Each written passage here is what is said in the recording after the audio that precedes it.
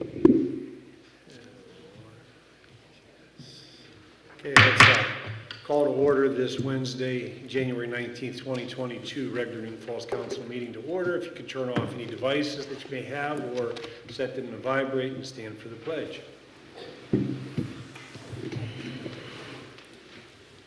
Pledge allegiance to the flag of the United States of America and to the republic for which it stands, one nation, under God, indivisible, with liberty and justice for all.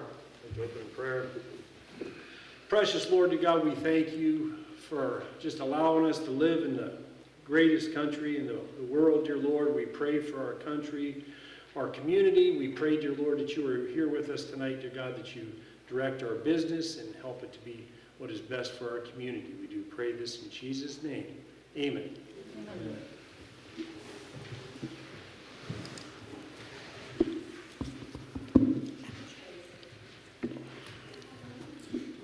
Okay, whenever Mrs. King is ready to call for the roll. Sletzer. Present. Granchi. Here. Stenberg. Here. Srocco. Here. Durant. Here. Okay, no special presentations. Move on to public comments. Name, address, 3 minutes, unless previously requested additional time. Agenda items only. We have one person, Mr. Richard Curley.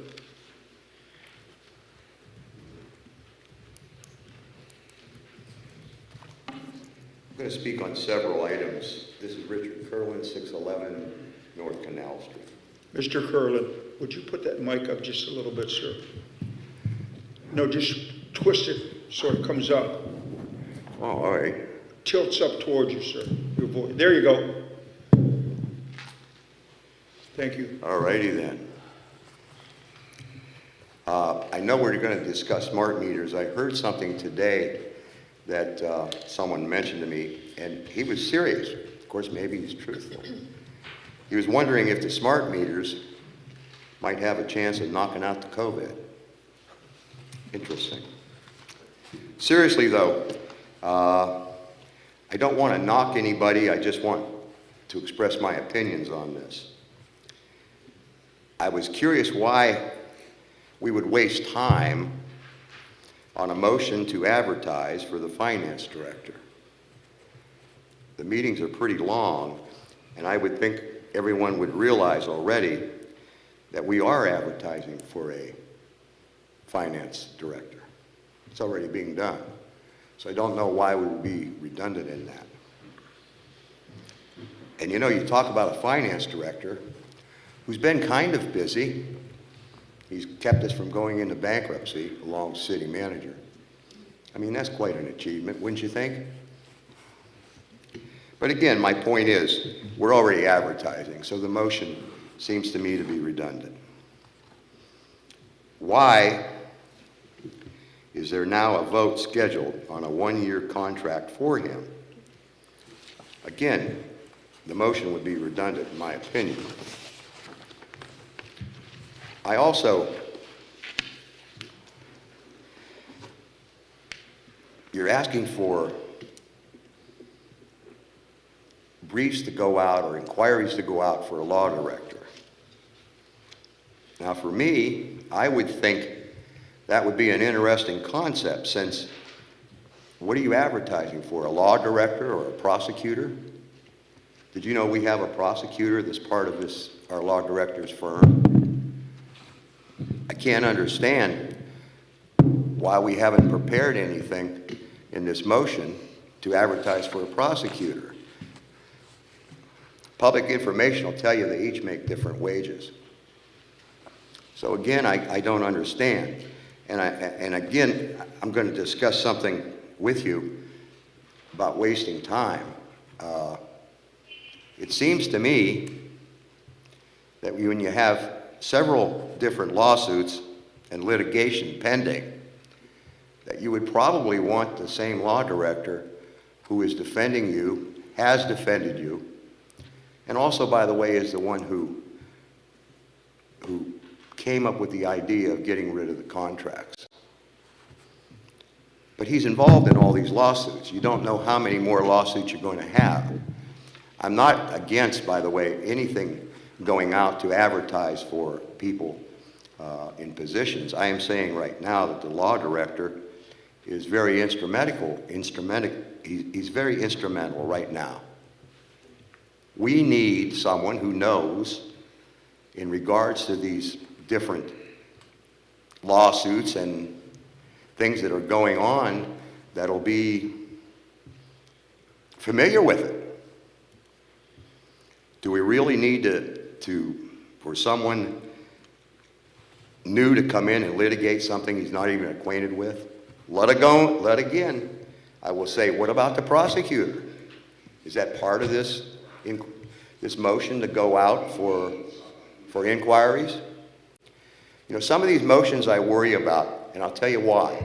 There are motions to instruct the city manager to do something, and they say not what to do. Just accomplish what they want accomplished. It's like climbing Mount Everest and not telling anyone how to do it. I would expect that if you went out for resumes for different things right now, people are going to reply who want a job. Now,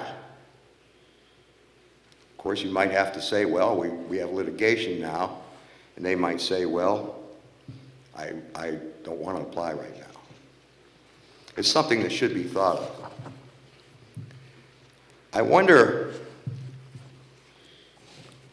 why you would ask to advertise for a police chief. This really, really surprises me. That's all it says, motion to advertise for a police chief. Now, there is litigation right now in the Common Pleas Court to decide whether or not our former police chief is our police chief. So we're going to advertise in advance just in case we get the right answers. Also, I've heard tell that they want that to be a position where the civil service tests are given. But it doesn't say that in here. It doesn't say that in the motion. I don't think it's prepared. Why not wait until the litigation is over and then send your inquiries out, send them out, then you'll get people applying. You don't have to say, well, we want you to apply, but we aren't going to hire right now. I've heard it said many times, well, we can keep them on file. Oh, my goodness sakes. Do you think a police chief is going to want you to keep them on file, to just dial them up whenever you want to interview them? I don't. And are you going to tell him that he has to be a classified position? Now, the next thing that we're advertising for is a city manager.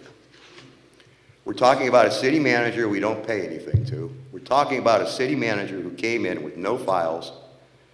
In fact, I believe the city clerk was on vacation. We're talking about a city manager who saved us from bankruptcy.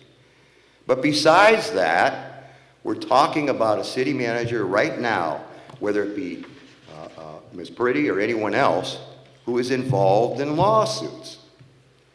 She is actively involved in lawsuits. Again, I think this is just a lesson in futility, if you want my opinion. Why would we waste the time in council to do it right now? I would only suggest, in my opinion, that you have two choices: to turn it down or possibly to table it. I would think by mid-April, and I don't know the law, but by mid-April, some of these lawsuits would be to a complete conclusion. Now, I would ask too, I see the cost of living article, and that's wonderful, cost of living. But I was wondering if anybody could answer me. What will the raise be next? What would be the next Cora raise? What would we, is it going to be 1%, 2%, 3%, 4%, 5%? The way everything's going up, I agree people need to be able to eat. They do. But what has happened to merit raises? Do we not have merit raises? Somebody does a good job and you give them a raise. They've gone far and above what their job says. I just don't feel that now is the time, because of litigation and everything else, that we should be sending out some type of application, which obviously we're not prepared to tell the city manager what type of application, from whether or not it includes the prosecutor, or what percentage we're to expect to get out of the budget to pay the people. Thank you very much. I hope you consider what I've said. Thank you.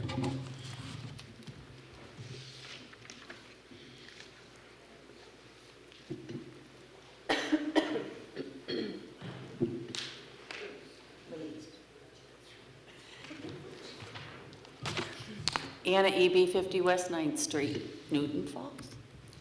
I kind of agree with him on the merit raises, because if you'd give a cost of living raise, I'll tell you right now, Social Security just gave me 5.9% this year.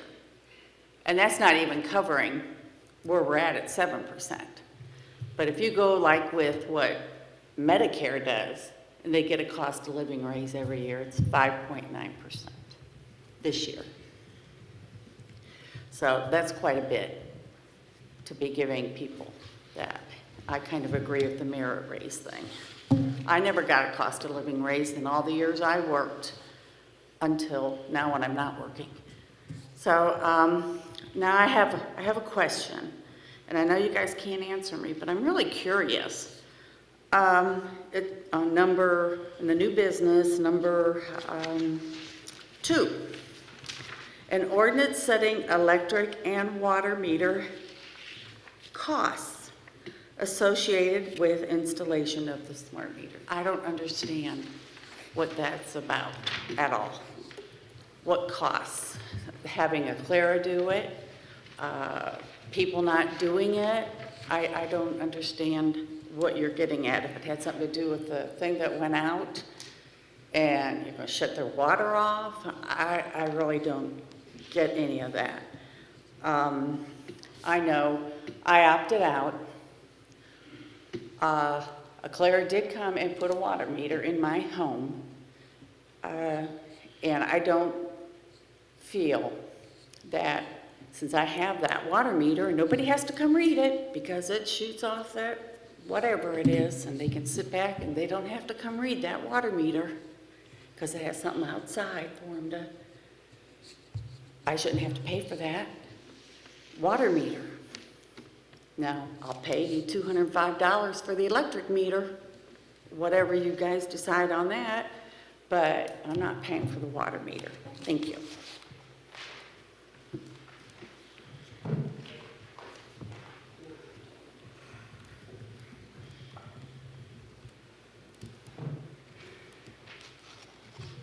John Richards, 212 Albert Street.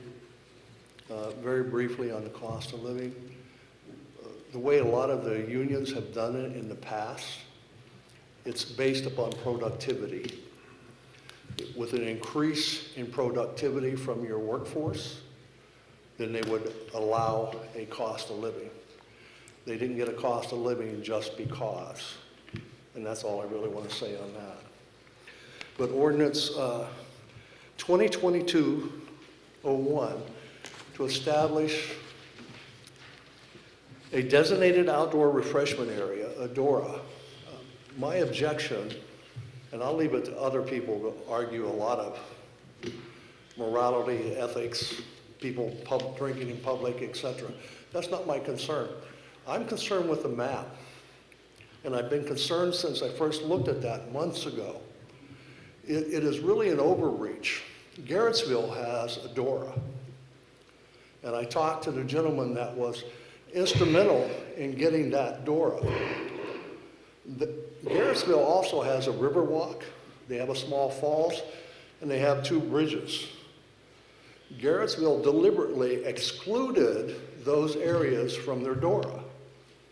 Now, part of it, they don't want to pick up the litter. But I imagine they also didn't want the liability.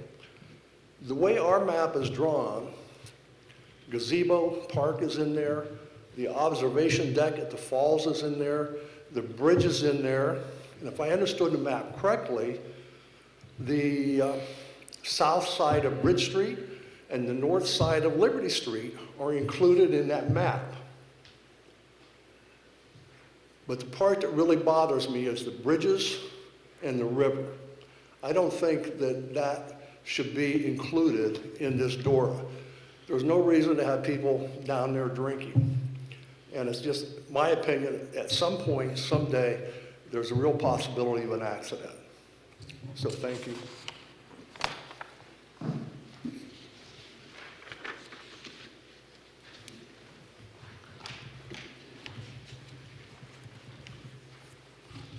Adam Zimmerman, 515 LeMay Avenue.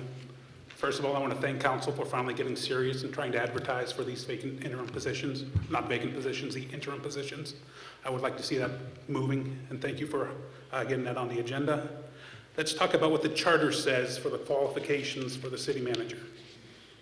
Section 4, or Article 4, Section 1, qualifications for the city manager. The city manager shall be chosen by city council solely on the basis of his executive and administrative qualifications as judged by his adequacy of his technical training and/or his successful experience in public administration. At the time of his appointment, the manager need not be a resident of the city or state, but within 6 months of his date of appointment, he shall become an elector of the city and maintain that status throughout the balance of his period of service as city manager. We have seen so far, and some of the things that have come up, the complete lack of knowledge of public administration from our current interim city manager. This was demonstrated. Point of order. What's your point of order, sir? Making accusations. Making accusations, sir. I'm not making any Well, accusations. you just said that she showed complete. Now, Mr. Mayor, can you please roll on that without discussing it? Thank you. Okay, continue on. Thank you. This was shown at the debacle that was the Matt Evans civil service hearing. Someone with more knowledge in public administration would have been better able to get the city through this without alienating its entire workforce. As Mr. Curlin said, we have an interim city manager responsible for several lawsuits. Several lawsuits. How much is this going to end up costing the city before this is done, before we have a new city manager in place? Again, just want to remind people that Pam Purdy's 6 months is up on February 9th. According to the charter, if she's not an elector of the city at that point, we will be without a city manager until the position is filled. Let's also talk about looking for a new law director, law department, whatever it is we want to call it that we have now. When searching for a new law director, I hope that the council takes the following into account. If I were on council, I would be upset with the shoddy and incomplete investigation that led to the firing of our police chief. Council had to be shown by Chief Victor's attorney that he did indeed give the oath of office to Dallas Young twice. This was not proven, this was not shown at all by the prosecution. The investigation that was to be a fact-finding mission turned into nothing more than a high-priced witch hunt. Another thing, we heard our interim law director here say on record in one of his last-ditch efforts to pull a Hail Mary play for the firing of Matt Evans that Matt acted in a way that Pam deemed inappropriate because our interim city manager is a woman. Let me say that again. He said Mr. Evans acted the way he did towards her that she felt was inappropriate because she is a woman. Is that what we want from our law department? Accusations like that have no merit? I don't think so. Thank you.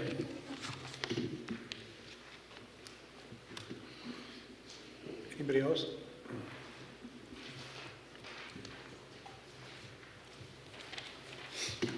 Tim Sensen, 253 Arlington. Couple things here. Number one, with the DORA, Mr. John Richards brought a couple good points up that I didn't even think about as far as the rivers and things. I was actually thinking about it, that we would want to incorporate those things as added benefits and features, but I definitely see the liability part of it also. I brought this up a long time ago whenever this was first rolled out, but the map that's on here is incorrect. It actually doesn't incorporate the gazebo at the falls. It just incorporates the walkway. And when we first rolled this out, I also brought up the fact that it doesn't actually include the covered bridge, which, again, there it is right there, you know, if we go right to Broad Street Station and then stop. So that doesn't make any sense to me. We're either going to do it like Mr. Richards said and not have the rivers in it, or we need to be all in, one of the two. You need to incorporate the gazebo and the covered bridge and call it a day. But that's neither here nor there. Second thing that I'd like to talk about is Ordinance 2022-02, setting electric rates and water meter cost. So I was a big proponent of this until I see this today. When we met with the department heads in Ms. Purdy's office to discuss this, when I kind of brought this idea to light, it was just to cover the cost of the actual meters. So I'm kind of confused as to why there would still be an AMI meter charge in there. It's not like those meters are going to go bad by not being used. So that $165, the city's not technically losing that because they're just going to sit on the shelf when a meter goes bad. They'll replace it with that meter that's sitting there. Just like, you know, a couple months ago, you guys voted to get rid of how many water meters and how many electric meters did we just get rid of? 10,000 or something? 5,000? I don't remember the number. 4,000? Whatever. We got rid of a bunch of meters. So they're just going to sit there. So it shouldn't be that cost of what's on here. The cost should just cover the new meter that would have to be purchased or installed. So that would be the straight digital meter, and whatever that cost is should be the cost. Second of all, I think everything else on that looks great. $550 a month for the service charge for somebody to come out and read. Again, I don't think the city's losing money on that. Can do multiple readings in that. I do have a couple questions though. It says no further opt-out opportunity will be offered. So does that mean that we are offering an opt-out opportunity once we actually establish what the rates are? Because that still hasn't been discussed or finalized. We can go back numerous meetings. Are we in, are we out? You know, there was lots of misinformation when the opt-out fees or opt-out information was going out. There was a couple lucky people that opted out. I think, what's the number, less than 75 or 25? So obviously there's a lot more people that would like to opt out. Mr. Stimson, whenever you finish up this point. I just want to, if you guys can discuss that, I'd greatly appreciate it. Thank you.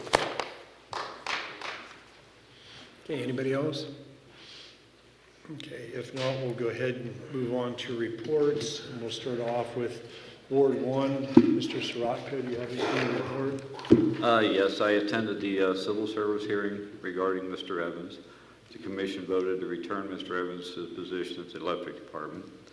Also, during the last month, I've had 2 calls reference to the sidewalks, which I believe was taken care of at the last meeting. 1 call reference to a utility bill, which I believe we've come to an agreement on.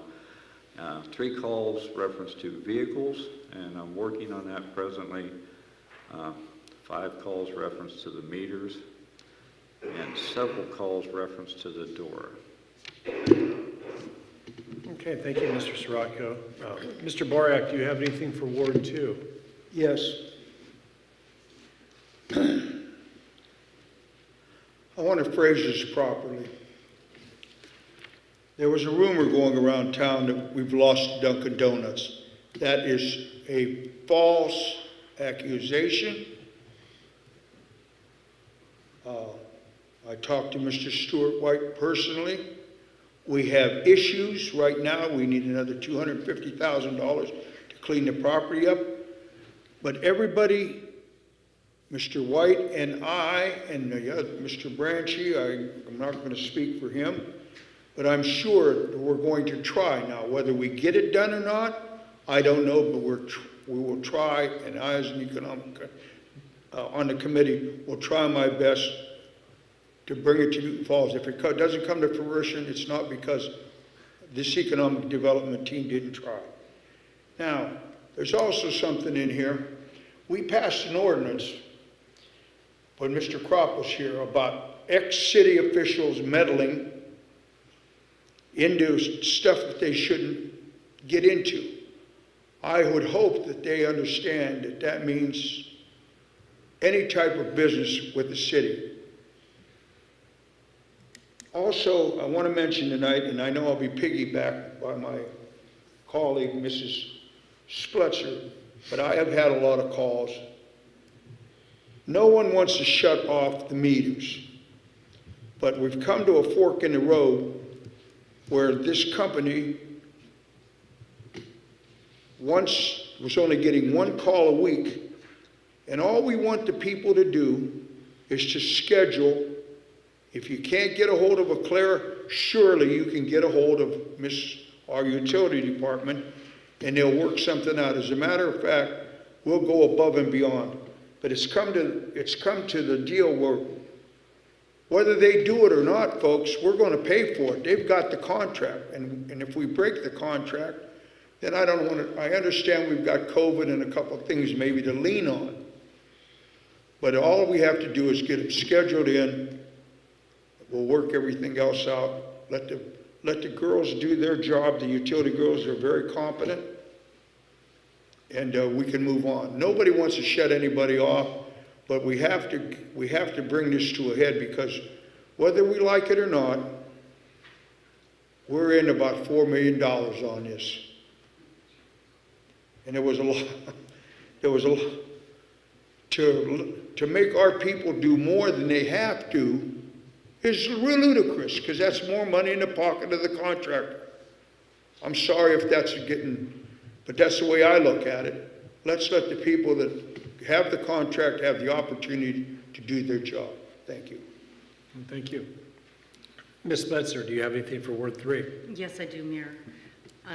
Unfortunately, I wasn't as precise as Mr. Sironko. I didn't keep track of how many calls were about certain subjects, but I did get calls about the meters. I got calls about the garbage being picked up on Friday this week, and I just want to go ahead and announce that early because, you know, I don't want anybody to go to sleep and put their garbage out tonight. It needs to go out tomorrow night so that it can be picked up Friday morning. One of the things that I did want to also mention is I really am bummed out that we didn't get to attend the 80th celebration for the community center this past weekend. It was canceled, but yesterday was actually the 80th birthday of the community center. And I do want to say thank you for the street department and the guys that were out plowing. I think they did a wonderful job trying to get as much as they could get done with how fast the snow came down. So I just really wanted to applaud them for a job well done. That's all. Thank you. Mr. Granchi, do you have anything for Ward 4? Yes, I also attended the civil service meeting. I'm the alternate, so I wanted to see how it was run and everything. Other than that, I've been taking numerous calls, just like my colleagues. Ms. Blesser kind of stole my thunder. I was going to also shout out the street department. They did a phenomenal job. The police department did great. The electric department, fire department, everyone really came together during a unprecedented storm for the last at least decade that I can remember. And they did phenomenal, so I just wanted to definitely give them kudos and thank them for everything they did. That's all I have. All right, thank you. Mrs. Stempert, do you have anything at large? Yeah, I've received numerous calls on after the Matt Evans hearing of their disappointment of how things were handled in the way of what they heard during the hearing. I've received a couple calls on Dora and emails and the opt-out as well. And as we go through and talk about that tonight, I'll just kind of throw those questions in. And then we were supposed to have a reorganizational meeting last night for the fire board, but it's been rescheduled till next Wednesday, the 26th at 5:30. And that's all I have. Thank you. Mr. Housley, do you have anything to report for Finance Department? Sure. I got a few things. I'm having trouble hearing you, Mr. Housley. I have a few things to report. First of all, Finance Department, the utility department received numerous calls. The phone was ringing off the hook all day yesterday, all day today. We've scheduled over 340 residents just in the last 2 days. And the message that I just want to get out to the public is that for anyone that's unable to schedule by that deadline, any of those persons are going to be looked at on a case-by-case basis, and no one's utilities are going to be shut off without proper authorization and proper notice. There's a lot of circumstances out there where people, they just, for items beyond their control, they can't have somebody get in there and take care of their meter. And those people we're going to take care of in any way we can. We are working on a list of those persons, so if you can't schedule, just provide your name and number to the utility department or address, and we're going to put you on the list to come back to after we take care of everyone that's scheduling, because we're going to be very busy taking care of everyone that's scheduling currently. And also today, we closed 2021. Here it is on the 19th of January. It's the first time I've ever closed the year this far behind the fiscal year end, and there are a lot of different circumstances for that reason. We had, most of which had to do with our utility deposits that are collected remotely. We couldn't get to reconcile with what was hitting the bank, and that probably set us back 8-9 days, that and being short-staffed. But we did get it closed, and I just wanted to highlight a few things. We're into 2022. I currently have a rough budget in for the year. All the department heads have seen the budget you approved. I go through this reconciliation process where I pull over the numbers from last year. This is an automated thing. And then I have to reconcile them with the ordinance. I haven't done that reconciliation yet, but they have the spreadsheet. They know what their budgets are. They've turned in their purchase orders. We're keying in purchase orders. Besides being behind, everything else is running smooth in the finance department. I did run off a statement of cash position at the beginning of this year. I just wanted to highlight a few of the funds where we stand today, and I'll get into some greater detail with you at the next meeting. The general fund closed last year with $384,000 cash in it, which is considerably good since I believe it was the first or second month I closed after being several months behind, or a few months behind. There was around $10,000 cash in the general fund. So to be at 384 is a positive milestone. And I also just wanted to generally approximate kind of what made up that real quickly. We went through a few reviews last year. The state auditor's office came in. They're still not done. It's actually not the state auditor's office, but we did have an audit. It's contracted out by the state auditor's office. And that group has not released the 2020 report yet. In addition to that, we had a review by the Office of Budget Management of the, and I'm only going to give you the Reader's Digest version here, believe it or not, regarding the 2020 CARES Act monies that we collected. And their review, based on their review, they determined that there were some ineligible costs and some costs in addition to those that they thought it would be best practice for us to not charge to the CARES Act fund in 2020. So that let me, I had to reverse out all the charges that were put into that fund. By the time I got done reclassifying all the beginning 2021 balances, because it was 2020 with all these errors in it, that increased the general fund, the beginning cash balance by around $126,000. So what you're going to see when we close 2021, if you look at beginning balances, they're not going to be the same what you saw even in November, because we did a lot of reclassifications as a result of the Office of Budget Management. In addition to that, so there's a $126,000 windfall for the general fund, and then there's another $230,000 windfall for the general fund from the 2021 ARPA monies we collected, where I supplanted police wages, which were eligible costs. So that gets you to about 360, and we closed at 384. So I think you can see how tight things would be just without those couple of activities. And let me take it one step further. We'd initially thought the electric fund, the general fund would have to reimburse the electric fund, and I was trying to negotiate a 5-year repayment schedule at the State Auditor's Office. Well, I have to give Al Schrader and his group credit. They happened to find a draft application on file with the Ohio Department of Taxation. And so we inquired with the Ohio Department of Taxation, and sure enough, this community did apply for authorization to make a transfer, and the Ohio Department of Taxation did approve that. And therefore, the state auditors have ruled that there is no repayment due from the general fund. So there's another $92,500 that the general fund didn't have to come up with by the end of this year. And I think if you start adding all those numbers up, you'd realize that in October, when I was hitting the panic button, that had all these circumstances not occurred, we'd be in a lot worse shape than we are. But we are in very good, solid financial shape today. And I expect that to be the case too, going into this year, 2022. While we're on that subject, I've been told I'm a quiet speaker, but while we're on the subject, I did want to highlight that I looked over the past 3 years. If I'm talking too fast, let me know. I'll try to slow down for y'all. But I did take a look at the general fund's actual cash. You can base it on the budget too, but over the last 3 years, and the general fund's been spending about $2.6 million, and it would be best practice for the general fund to continuously have a reserve beginning cash balance of about $1.040 or 40%.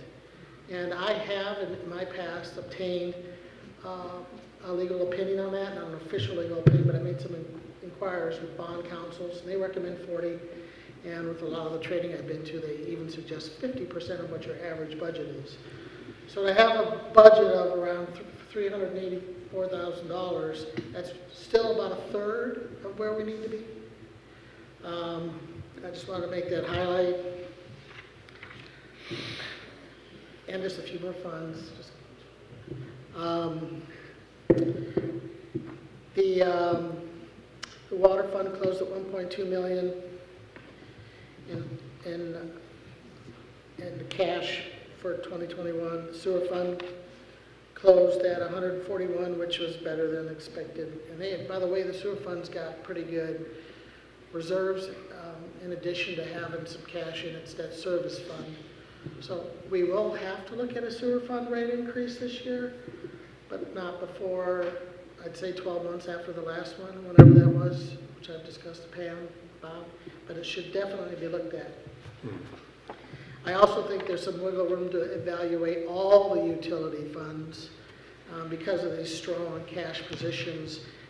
What I've done in another community is I've actually reduced some utility fund charges and increased the others, so the net out-of-pocket increase on the average household was zero, but it helped me manage the finances in a fund temporarily. So what ends up happening is maybe one fund will have a net operating loss for a year or so, while the other fund replenishes. But I know what your cash balance should be based on your budget, and I evaluate the fees, consumer charges based on what their cash on hand should be, and I'll look at all of that probably around the middle of this year if I'm still here. The electric fund, $1.258 million, and I'm not going to go over the other ones. I wanted to mention also, Mayor, I'm wondering if you might ask council if someone would be willing to entertain a motion just to extend the community aid agreement regarding me that you all approved in September, which it was only for 4 weeks, just through December 30th. I don't happen to have that ordinance number, but I think those words are good enough. And my community has done it just by motion. There hasn't been formal legislation on it. They all called out. That would kind of sync up both communities with when that date ended, because then that would permit me to bill this community for you were sharing in my health care costs. And the reason why this community was sharing in my healthcare cost was, I know I was using vacation, but I was supplementing my days with about 2 to 2.5 hours vacation every day there, so I could put in about 5 here. I don't need to do that now. I know we're going to be getting into some discussion with me later, so I'll leave it at that. But again, if someone would be willing to entertain a motion, that would be wonderful. Obviously, I passed out a handout in front of you all from the Social Security, and I wanted to making you all aware that the COLA effective this year was 5.9%. I have nothing else to report. What was it, sir? 5.9%. That's what I see here. Okay, I'm having trouble hearing you, Sean, with that mic. Okay, I'm all right now. Does anybody else have any questions or comments or concerns? I'd like to You be have the floor. addressed. Mr. Housley, I did attempt to explain what we did with the Treasury Investment Board at the last meeting. It was so late in the evening. I kept it to a very abbreviated Reader's Digest version and let them know that you had recommended that we change firms. And I did not get into the non-compliant aspect of the previous portfolio. So if you want to address just the non-compliant portion of the previous portfolio, if you could. Sure, there were some investments that were non-compliant, not any amounts too much. I'll put it that way. I'm not going to try to quantify it, but with this community's own investment policy, when they were purchased, so there are some types of debt, not debt, but some types of investment that you buy at investment grade, and what can happen over time based on the company's performance that you're investing in or whomever. It might drop down below investment grade, but what matters is that you own it at investment grade when you buy it. So there's just a lot going on with some different things, and my recommendation to Pam was the meter group, and that's how it is. I have the floor, Mayor. Yeah, you have the floor. I want an understanding of this, Mr. Housley. The auditor of state said that our investments were illegal, some of them were illegal in there? No. They weren't audited, but they probably will be now. There were some investments, a small amount, that, I asked the meter group to look at it, and they said they were below investment grade, and they were non-compliant with our policy, and that is not the same as being involved in illegal investments. That they didn't comply with our policy either, right, sir? Yes, that is correct. Some did not comply with the ORC either. Could I'm having... Yes, that's true. Some did not comply. Pam, I can't hear you. You're going to have to pull that up. Some did not comply with the ORC either. I wouldn't know about that because there were the same two people on the Treasury Investment Board for so long. I wasn't aware of a lot of that until we got some other people in here. Okay, anybody else have anything for Mr. Housley? Okay. Mr. Law Director, do you have anything to report? I don't have anything at this time. Okay, does anybody have any questions or concerns for the Law Director? No? Okay. Ms. Priddy, do you have anything to report as the City Manager? Yes, just a couple of things that I wanted to go over. We have been looking for a number of part-time positions, as Mr. Housley indicated. We're looking for 2 part-time positions in the Finance Department, and then also looking for an administrative assistant in the City Manager's office that, as Ms. King is looking upon retirement here soon, that somebody can start learning some of those things. Also looking for an administrative assistant in the Police Department. Paychecks, we've been working with Paychecks, and Pam Wolford has done a wonderful job working with them. They have just a couple more issues that they're trying to figure out because the payroll, license fees, and everything that goes into that. You know, they've had a little bit of complication, but they've been working through them. So at this point, she should be pretty well done with that, I would say, by the next payroll system, or the next payroll period. We have an open position in, obviously, the police department, the water plant, and the finance department. So again, we're looking for those. We started moving some of the offices at the request of Mr. Housley. He felt it was best that the finance department be with the utility department because he is in charge of the utility department. So we have been starting to make those moves and getting everybody together that needs to be together. Mark for the zoning office will be across the hall from those folks. And it was felt, since the public comes in and sees those individuals more often than they do back in our area, that it was better that we maintain them all up front here. The GPS system, I've been working a lot with the GPS system, and it's pretty interesting. So by the next meeting, we'll be showing some reports. There are some things that I'm going to have the department heads do. We can track the vehicles, but we can't track who's driving them. So there's going to be logs that they're going to have to complete as to who's driving which vehicles. We started having twice a month meetings on Wednesdays, so Mr. Housley can attend those meetings at 2 o'clock in the afternoon. So, you know, we're gonna start trying to make the departments a little bit more efficient. And just so everybody knows, the other morning with the bad snowstorm, I got a call about 2 o'clock in the morning from the street department, and they were trying to do the best job that they can, and I feel bad for Harry. 3 pieces of his equipment have failed at this point. As council knows, he wanted a backhoe, and last year we couldn't do the backhoe, so that's on his radar at this point because his backhoe is not running.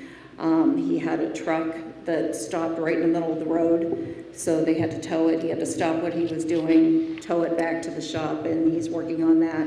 And then he's got another piece of equipment today that broke down. So they've been trying their best to get the streets cleaned and, you know, the different areas, but the equipment that they have has been failing. So, and that's all I have. Okay, does anybody have anything for the city manager? I do. I do have a question. In your report, you said that that you reached out to Kent State and YSU for some of these open positions. Give me an idea of how long ago did you do that, and have you gotten any response? It's just been within the last, I'm going to say, week and a half that we reached out to them to see if they had any students that, you know, would be in any of those departments, because it seems like the applications that we're getting in, like for the finance department, they have no finance experience.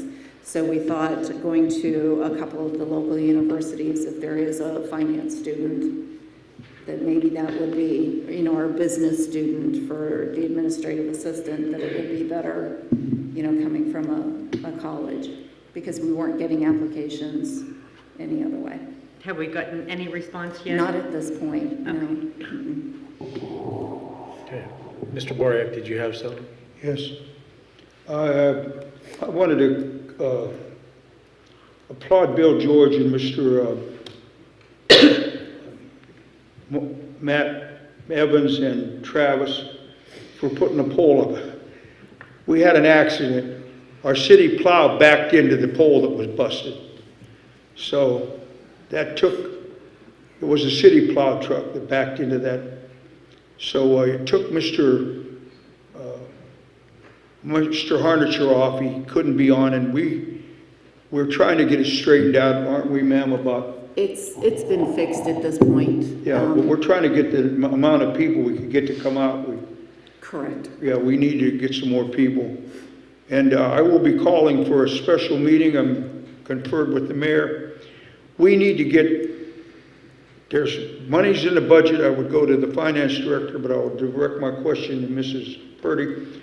We already have the money in there for this tractor, backhoe, in the budget, right? To lease it. To lease it, correct. To lease it.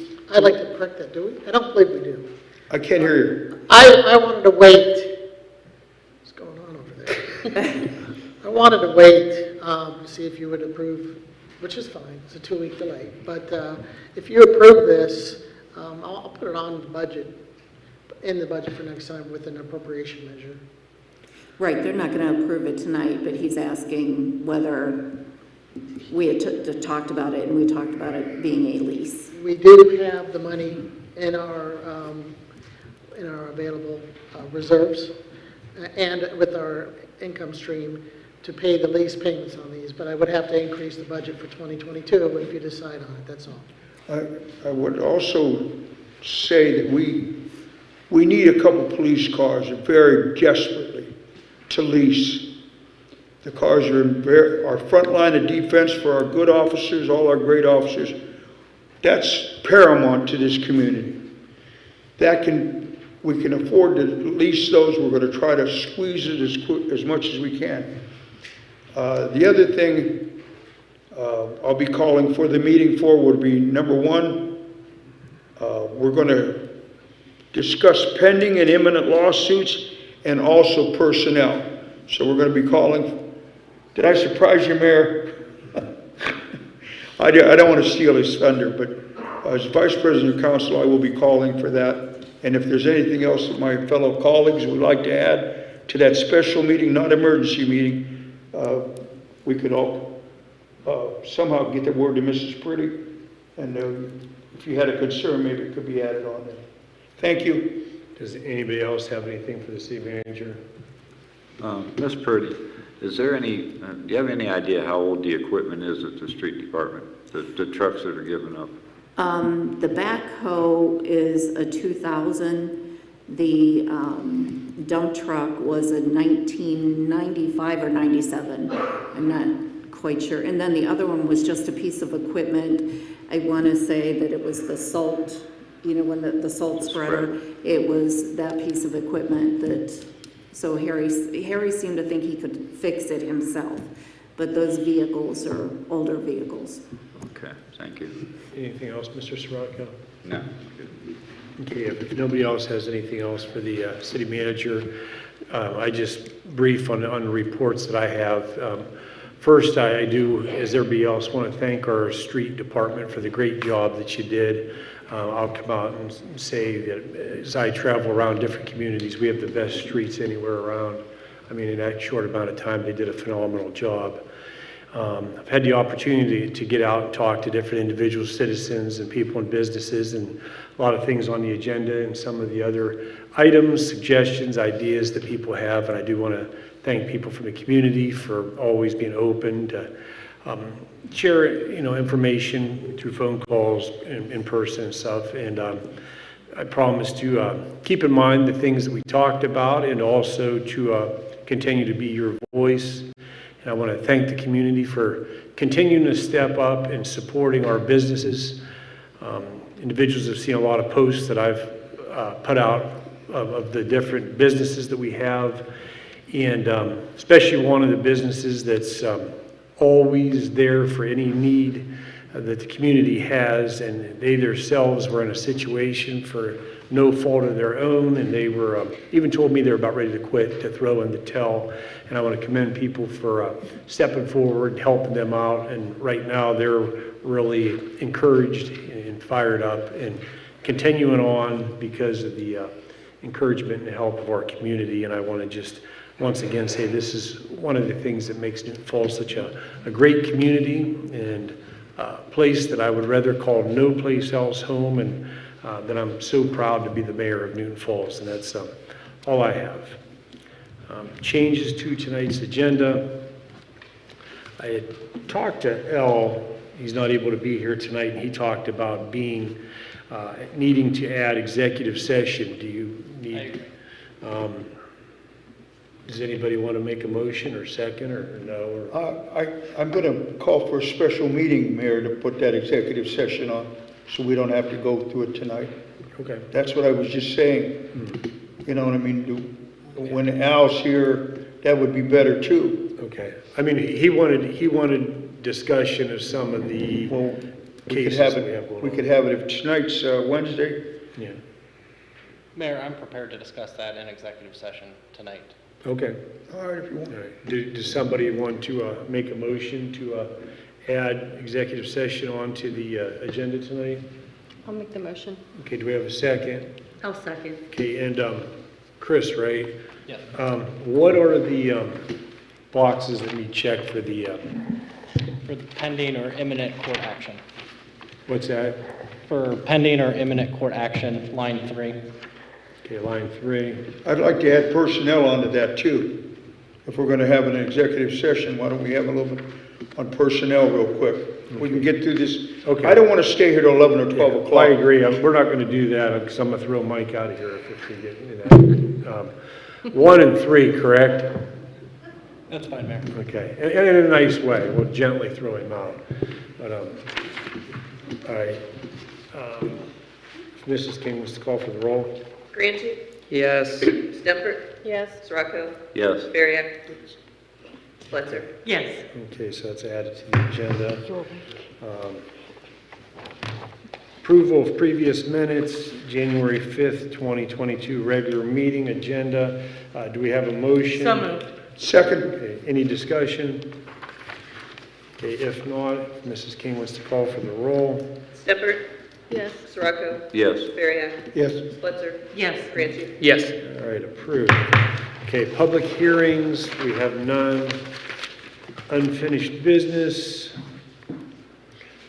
Number 1 is ordinance 2021-19, whenever Mrs. King, right. An ordinance establishing an annual cost of living adjustment for all hourly city employees. Okay, do we have a motion? So moved. Okay, do we have a second? Second. Okay, any discussion? Yes. May I have the floor, Mr. Mayor? You have the floor? Just to start, when I put in this legislation, I said that, I pulled the email up, that the adjustment should be for our zip code. I spent many years as a federal employee. I know our governments are able to do that through zip code. The cost of living through Social Security is the federal average. It is not what our cost of living adjustment would be for Newton Falls.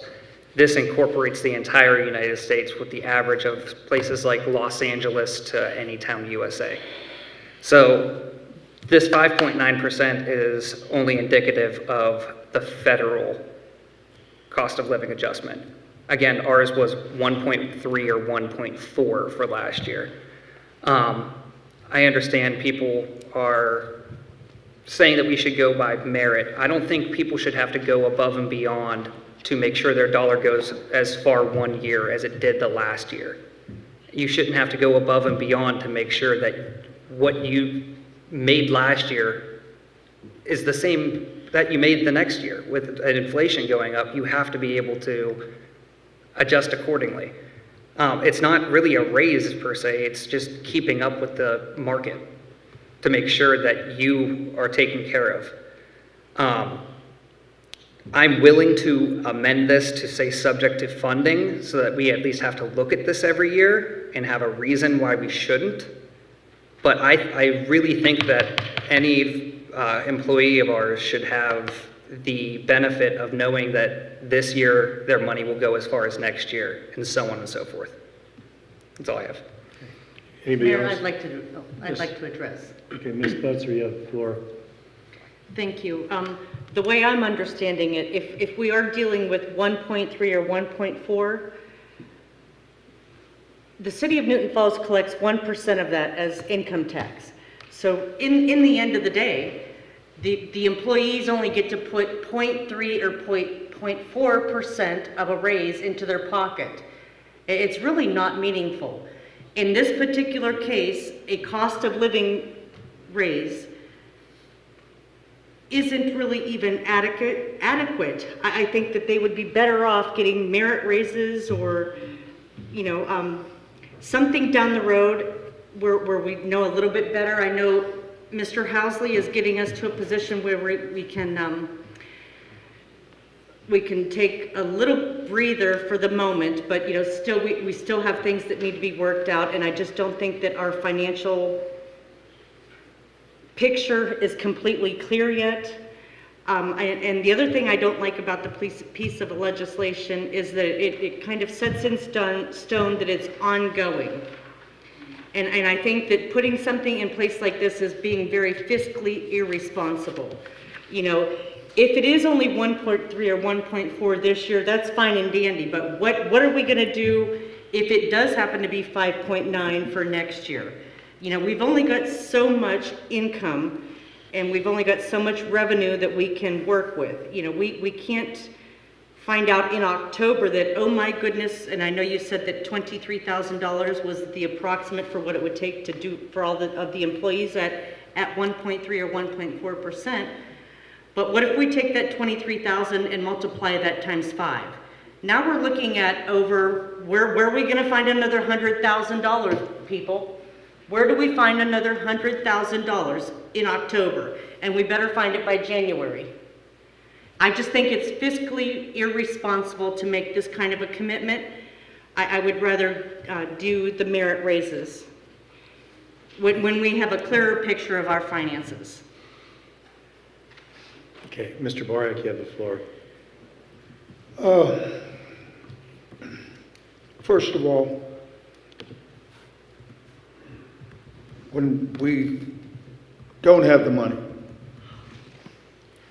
Second of all, if we can stabilize, there's nothing that says that we can't look again at this again in, May or June or July, Mr. Housley? April. We can look at this again. I would much rather see the employees get maybe a 1%, 2%, or 3% raise where we have the money for, than to go and give them something and then all of a sudden find out we don't have the money and have to try to claw back something. Once you give me something, I'm fighting for you not to take it back.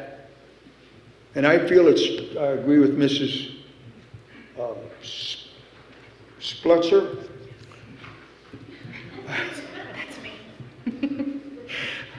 I'm not going to make that mistake. I didn't the first time.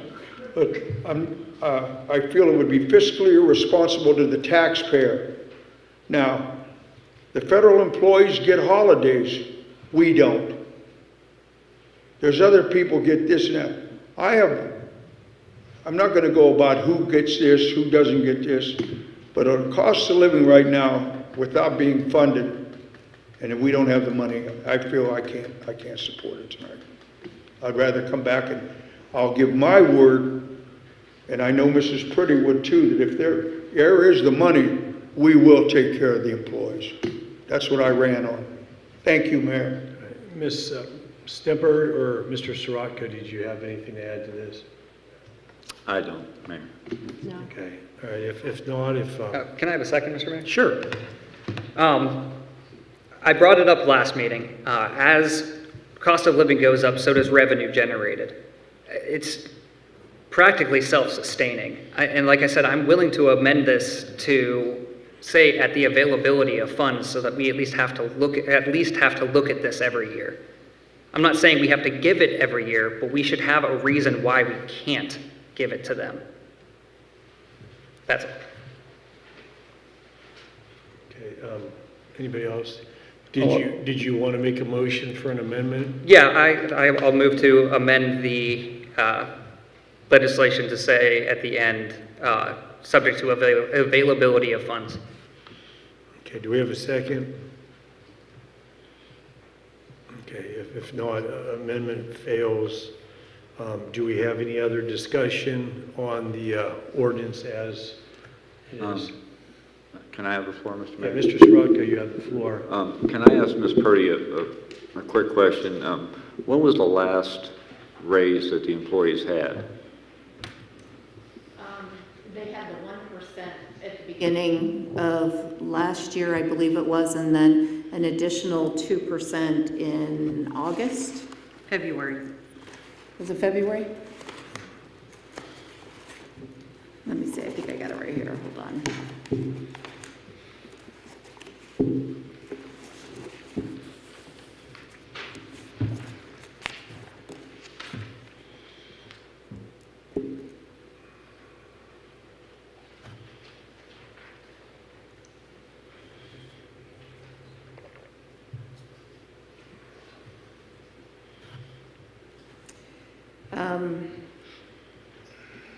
Yes, this is a little confusing because it says December 31, 2021. So didn't we just do December 30? But it must have went retroactive back, is that what you did? Yeah. I'm assuming it went retroactive back? Okay. They got the 1% in the budget, and then Correct. the additional 2% was retroactivated back to January 1. So a total of 3% in January last year. Correct. And this is dated in April. Council passed it in April. April, it says passed in council this 19th day of April 2021. So it was passed retroactive back. So it was in April. Okay.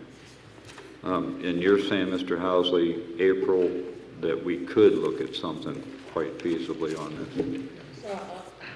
I agree that a community should be able to keep up with COLA. And I believe this community will be able to keep up with COLA. I do think that you should be more specific on your legislation because it's the first time I've heard someone say by zip code. So I do think you need to throw that language in there because most people, when they give COLA based on what the federal average is. If you're on Social Security, you get that based on a federal average, period. Doesn't matter where you live. So that's the end of my remarks. Yeah, I'd like to be able to see the employees get some money, but right now, I just can't support this COLA. After we vote on this, depending on how the vote goes, maybe we can try to put an addition to the agenda to see if somebody wants to make a motion the first week of April that we'll take a look to see what we can give out as a raise, because that'll be a year from the last raise they had. So we'll see how this vote goes, and if it doesn't pass, then we'll add to the agenda for an April, okay, something like that. But May I address council? Sure. Quickly? And Pam, I don't want to step on your toes here or anything, but you know, Pam's has, and I've reached out to my staff, but Pam's reached out to all the department heads, and she's asked them to pull together what some of the surrounding communities, the adjacent communities are compensating their employees for comparable jobs. And I mean, the intent she's told me is that, and, you know, the employees here should be paid comparable to him. okay. So I think that, I really think that just blanketly passing a COLA right now would kind of be jumping the gun just a little bit. I think we need to look at each wage individually. There may be some departments, give her an opportunity to put together a wage schedule for you, because there may be some departments where the employees are going to get more than COLA. Okay. All right. That's what I'm saying. After this vote, we'll go ahead and put something together for the first week of April, see if we can, okay? So if nobody else has anything here on this, if Mrs. King wants to go ahead and call for the roll on. Sirocco? No. Bariak? No. Spletzer? No. Franchi? Yes. Stepper? Abstain. Okay, ordinance fails. Okay, and before we go to this next ordinance, I wanted to see it. We're not at the additions, but under new business, I'd like to see if somebody can make a motion for the first meeting in April for us to evaluate to see what we might be able to give. I make that motion. Okay. I'll second that. Okay, so whenever Mrs. King is ready to call for the roll on that. Bariak? Yes. Spletzer? Yes. Franchi? Yes. Stemper? Yes. Sirocco? Yes. Okay, so that'll be added to the agenda under new business number 9. Pay rate. April, okay. All right, and the next is number 2, and that's ordinance 2021-31, and it's tabled until 2/4. I make a motion, we bring that off the table, Mayor. Yeah, is there a second? I'll second. Okay. Mr. Law Director, is there any discussion on that, or do you just call for a roll to take something off the table? You can call for, if you have discussion on that motion, you can have discussion on that motion, Okay. but if you want to call All for a right, roll this time, is you there can. any discussion to take it off the table, or to put it on the table, untable it? Okay, if. I thought we're not allowed to discuss it until we get it on the Okay. table. No, you got a first and a second. I know we did. Okay. Mr. Mayor, if I may, the discussion would be whether or not to take it, put it on the table, not the discussion on the matter itself. Okay, all right. If Mrs. King wants to call for the roll? Switzer, Yes. Francie, Yes. Stepford, Yes. Sirocco, Yes. Bariak. Yes. Okay, so it's now untabled. And Mayor, that's I'd the- like to address, please. Okay, you have the You floor. need to make a motion. Yeah, that's what I was going to say. It's untabled, but it's not, now we have to make a motion as it was to put it on the floor. So I make a motion to put it on the floor? Yeah, okay. Is So it- moved. Wait a minute, is it already, it's the same motion, It's on right? the floor, but it's not up for discussion yet. Up so for you need to make a discussion, motion to yeah. adopt it in order to discuss it. Yeah, so we need. I'll second. Okay. Ms. Bletzer made the motion. Mr. Sirocco seconded. Is there any discussion? Yes, yes. Ms. Bletzer, you have the floor. I just wanted to let the public know that this time when we received this draft of the terms, the pay in terms of his employment, I wanted to read this paragraph to the public. It is the City Council's intent that this part-time interim finance director position will cease 90 days after the appointment of a permanent finance director. The position of part-time finance director is not intended to be a permanent position. It is an at-will employment position. Either Newton Falls or Sean Housley may terminate the part-time position on 60 days' notice to one another. It's a very similar clause to what we have with the law department and the law director. So it just gives us a little bit of flexibility when it comes to looking for an eventual permanent finance director. Anyhow, I just wanted to make sure that the public knew that. Okay, Mr. Boyer, you have the floor. When we come up for a vote now, what is the vote going to be? To vote him as part-time director and authorizing the terms of that contract that we had? So we're in discussion right now. I'd like to discuss him, if I can have the floor. Yeah. First of all, I would hate right now, we went out for a month and a half or 2 months, Mrs. King even said we didn't have anybody apply for the job. I would hate, Mr. Housley has done a magnificent job. He's here 2 days a week. He's also available anytime. He's not even a full-time employee, and he's working here. When we discussed the, what was it we were at, Tess? He was here Friday, he was here Monday. Remember we were? The insurance. The employee's insurance. Insurance. The man has just given us time and time again. Also, right now to put somebody else in there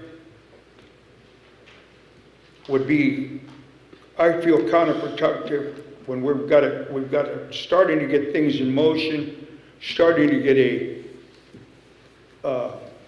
something that's we can all work with, in other words. We can all get on the same page. Continuity is what I'm trying to say. I believe that I will vote for him right now, just with you. Even though he doesn't agree with me sometimes, we almost had a fight here tonight. But he's truthful. And I'll vote for him in a heartbeat. Thank you. Okay, anybody else? Okay, if No other addresses, whenever Mrs. King is ready to call for the roll. So I believe we need to amend this ordinance to include this new section that was added. To include what, Mrs. If King? it's not been added, yes, it needs to be Correct. amended to add that. Okay, I'll make the motion to include the amended paragraph. Second. Okay. We're voting on the amendment now, Yeah, right? to add to it, so whenever Mrs. King May wants. I address, is it? Sure. There's still that problem with, when I was originally brought in here, and I don't know if we can sum it up with this, with another sentence, get it all done in one place, where you brought me on as an interim finance director for 4 weeks. I mean, I'd like to just clean it up, if you're willing to entertain that. 'Cause Yeah, well, how do we word this amended to have both parts in there? What are we looking at? Well, I would make what section is it, section 1? Yeah. I would make this section 1, section 2, Alfred, and then section 1, I would just throw some language in here that and I wish I had the number, which you Could we, okay, there's 1, 2, 3, 4. The 6th bullet down, it says, it specifies part-time employee of the city without benefits. Now, do you want us to just interject shared benefits again?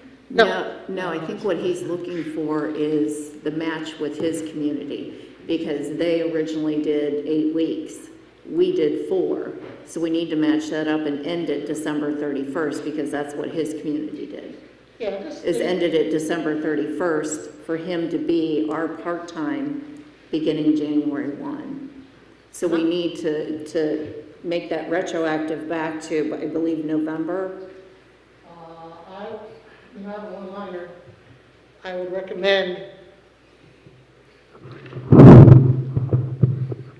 I would just recommend something like, and Alfred, tell me if this is too vague, but that the existing, we'll use that word, community approval by council with aid with the Village of Silver Lake be extended through December 30th, 2021. Period. 31st. That should be section 1. And then just these other sections you can just renumber. Section 1 becomes 2, section 2 becomes 3, section 3 becomes 4. That's it. Easy enough. I don't have it with me, but I can add the resolution number into that wording. I think existing also fits, the word existing is good too. I would agree, if we do the existing and add that language that's in the previous agreement there.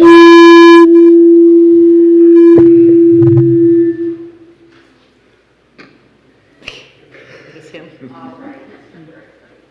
Okay, are you individuals here, do you understand this? Mr. Law Director, can you paraphrase it so that everybody knows what they're amending? We're going to create a new section in there that says the existing community sharing agreement with the Village of Silver Lake shall be extended through December 31, 2021. 30th. December 30th? They did say the 30th. December 30th, 2021. Okay. All right. So we currently have a motion on the floor to authorize the first amendment. Should we vote on that one and then add the second one? Yes, we need to vote on the First Amendment, then add the Second Amendment, then vote Okay. on the All right, whole we have the motion, the second for the First Amendment. If Mrs. King wants to call for the roll. Granchi? Yes. Stempert? Yes. Sirocco? Yes. Bariak? Yes. Spletzer? Yes. Okay, ordinance amended first phase. Do we have a motion to put in the Second Amendment? So moved. Second. Okay. Whenever Mrs. King is ready to call for the roll. Stempert? Yes. Sirocco? Yes. Bariak? Yes. Spletzer? Yes. Granchi? Yes. Okay, amended, and now it's on the floor as amended, isn't it? Correct. This is actually a second reading. Are those two amendments enough to take it back to first reading, or does that just, okay. Okay, so now it's on the floor Okay. as amended for a second All reading. right. Is there any discussion on the amended ordinance? Okay, So is this just a technicality to line up with Silver Lake? Financially, what is this, is there a change in financially what this cost us? do you want to weigh in, Mr.? So Sean, I think you can weigh into the finance aspect of it. What this does is this now mirrors and brings our agreement up to date and equivalent to that with the Village of Silver Lake. Yes, originally this community split my benefits with Silver Lake, and my benefits at Silver Lake are around $1,300, so it's about $600 a month. Therefore, instead of $600 for 4 weeks, it'd be about $1,800 approximately. And then you also shared in some of my training costs. And I have, my training's not very expensive, so that might be another $25. Because a lot of what I do is online and that type of stuff, so. And I believe, Sean, the salary was reduced also. Salary is reduced. Beginning January 1. Yes. From 28 to 15. 28, okay, 15.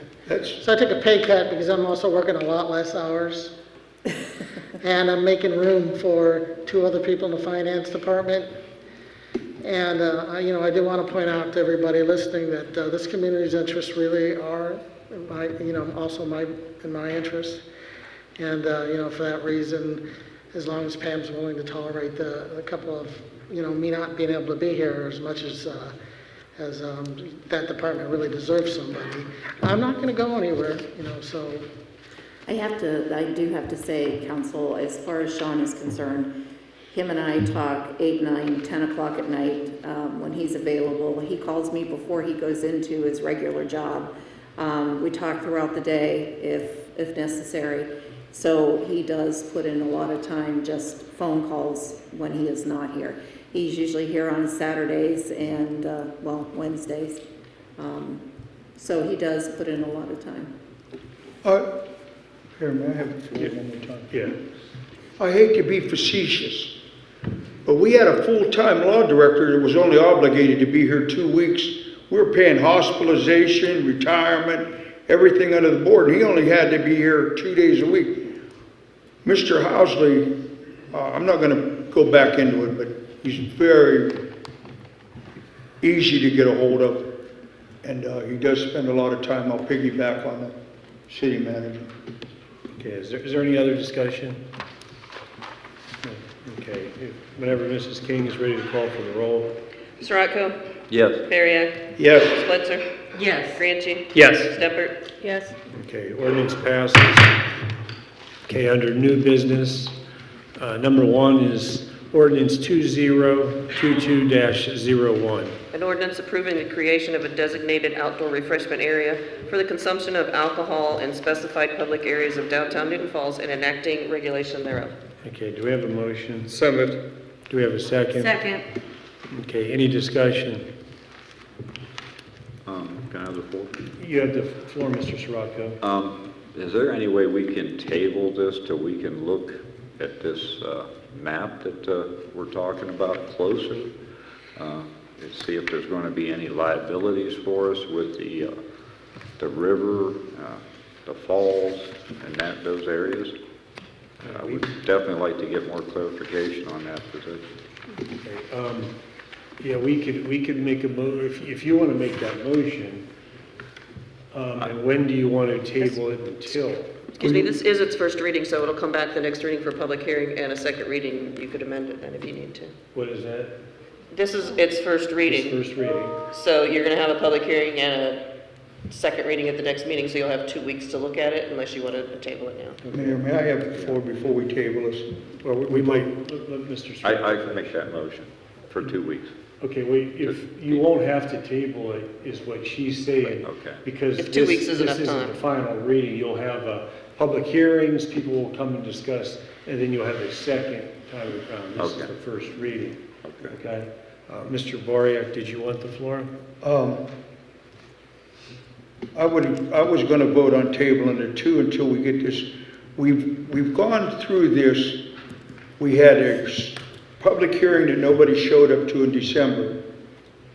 We had a When did this start, Mrs. Purdy? What was it, September? October 4th. October 4th. I'd like to see it tweaked myself and us to look at it. Is there any time limit where we are in a rush? It won't, just, No, once it goes through its process, then it has to be filed with the state. So you can take longer with it. I think, Kathy, would we have to wait so many days to do? So many days after the public hearing, yes. Yeah, we had to wait so many days after that first public hearing before it could come back. Now that time has expired, and that's why it's back. I would like to also say, before we go on with this, there are a couple things in here that I don't like. I know the state mandates that we look at it every 5 years. I didn't have a time today to ask. I thought we had gone through and said we would look at it every 2 years. You know, but even if we only looked at it every 2 years, we had the right, if there was any problem at all, to nix it right then. And is that what you were referring to? You wanted to refer? Go ahead. Yeah, I Recognize you. Yeah, you have the floor, Ms. Butson. I didn't realize that when we discussed this back in October, that what we were actually discussing was the application process. So the application process started in October. We had the public hearing on it in December, and now here it has come back. The application process is done.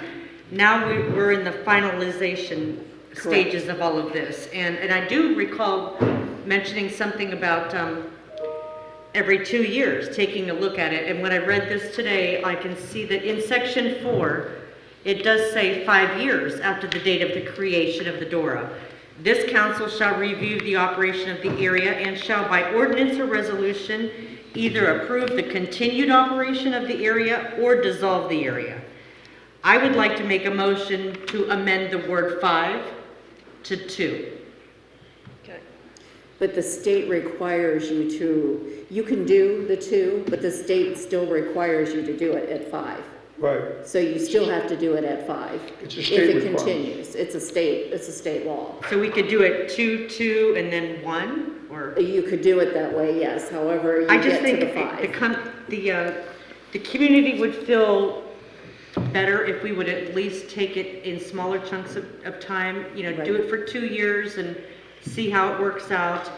And then, you know, the fact that hopefully within that 2-year time period, everything goes well and it goes the way the businesses want it to.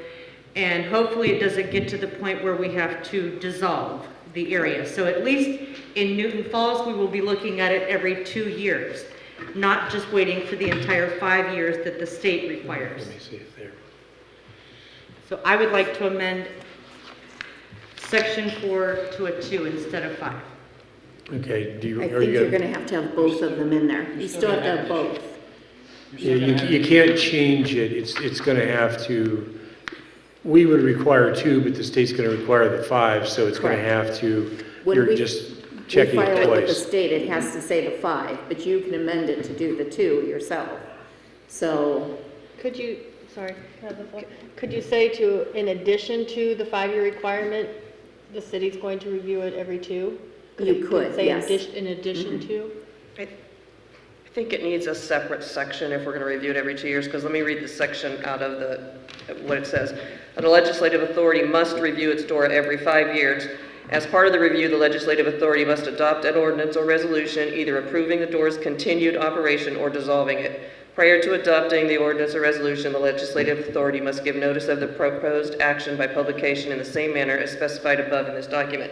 So I think you almost need 2 sections, one that just says you're going to review it in 2 years, but the 5 years I think should stay in there because of this requirement. And here's a question, with Well, it being the first reading, should we vote on it tonight and then you have a public hearing and have it changed for the next, or does that make any sense, or would it make the most sense to have it amended right now during the first reading? I would ask that you let us look into that to make sure that that language that you want added can be specifically Okay. added in the way you want to do it, and we can have that answer to you prior to the next meeting. Okay. Could we table it then? Is that what you want to do? No, I mean, because if it does pass the first reading, it's going to go to a public hearing, then it's going to go to a second reading, and the law director was saying that he would check and have that language added for the next reading. Mr. Mayor, may I be recognized? Let me look real quick at the time. Ms. Stempard has a minute or so left if you, I'm done. okay, Mr. Granchi, did you want the floor? Yes, question for Mr. Rammel.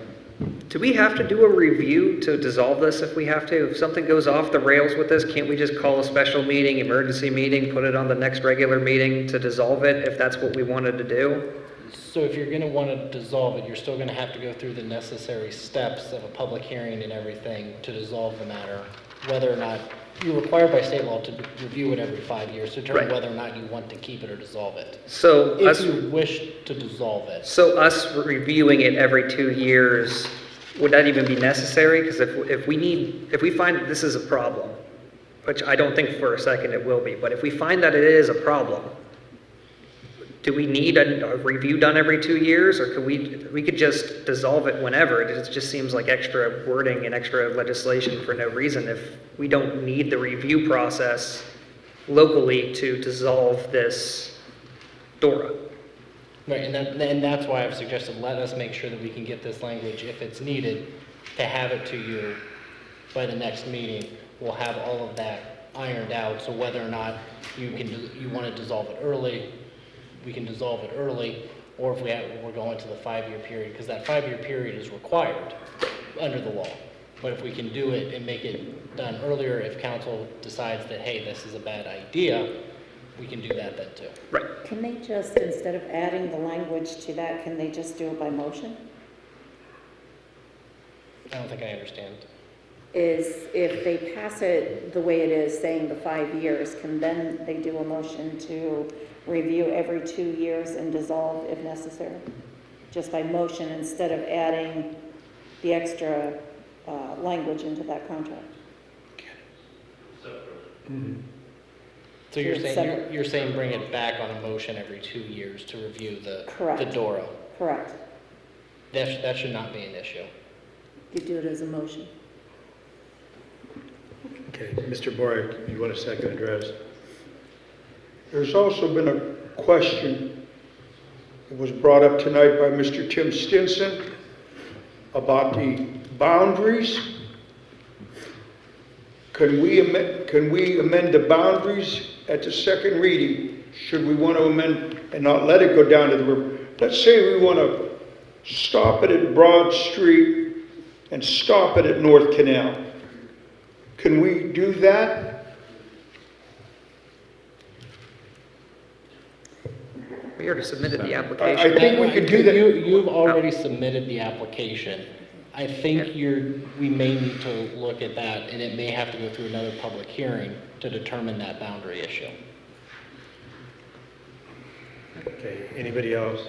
Could I have the floor? quick? Yeah, you got the floor, Mr. Scirocco. Isn't there a square footage that we have to have in order to do that? There's a maximum, but we're not No, required to have a okay, there's no certain, minimum. just up to the maximum, we're well below that. Okay. I wanted to finish my thought if I could, Mayor. Sure. If we can, it's just like with the contractor registration. I'd like to give it a chance if we can make it work. If it'll help the business owners and help fill out some empty stores, bring people in from out of town, why not try it? I know we just ran into a situation with the contractor registration. If we'd have had that, people are calling, City Hall calling me, I'm getting my constituents. Do we have anybody that can plow my snow? Well, if we have, now that we have the contractor registration, we're not going to get into the recommendation, but we're going to have people on the list. In other words, we're going to try to solve another problem that has come about. I don't want to, I myself don't want to go against this. I want to give it a shot, but I want to do it the right way for everybody. So I don't know what you want to do. I'm confused a little bit right now. Nothing. I mean, we end up voting, and if it passes, then it'll move forward to the hearings, and then second address in 2 She weeks. wants Can I to, have the floor for a second? Yeah. Here's a question before, I was thinking before you You're have gonna the make me floor. forget what I had to say. It's all right, right on your finger. I'm going to ask the law director and yourself, is this considered a zoning issue? Should you be voting in it? That's a good question to ask.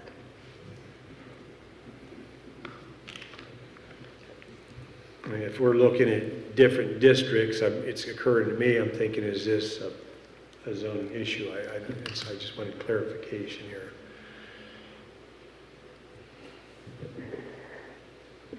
I don't believe so at this point because she doesn't have a personal stake in it. It's setting up zoning boundaries. It's not giving her any personal stake in the matter or interest into On it. previous zoning things that were on the agenda, I had asked Al if I needed to abstain or if I was okay, and he said I was fine to vote. Okay, So and I that assumed I was. that was the sidewalk issues and Yes, stuff? the sidewalk and Okay, stuff because like that. after the fact, I thought to myself, I think I blew that one. Okay, Yeah. well, that's checked. I think I'm okay, but Okay, did you? we'll blame it on Al if not, because, now I forgot my question. No, I feel like the application's been done, the contract is ready to go. I feel like we're micromanaging and overthinking. If something goes awry, I can't hardly believe it would, then we can bring that motion, the resolution, and dissolve it or address it at that time. There's so many quaint little towns out there that have things like this. They're walking along the waterways, they're going to the riverbanks, they're, doing the lookout point, stuff like that. That's the whole purpose, I feel, or one of the big purposes of it. So, is there a liability, though? Like, what's our liability? What changes if somebody, falls off the riverbank and gets hurt versus somebody is involved in the Dora area and falls off the bank and gets hurt? Is there okay. Well, there's fencing there, so it's fenced. Right, you're going to be you're going to have the necessary boundaries around it. So it never prevents anybody from suing the city, but that doesn't mean the city is not protected from that lawsuit. Okay.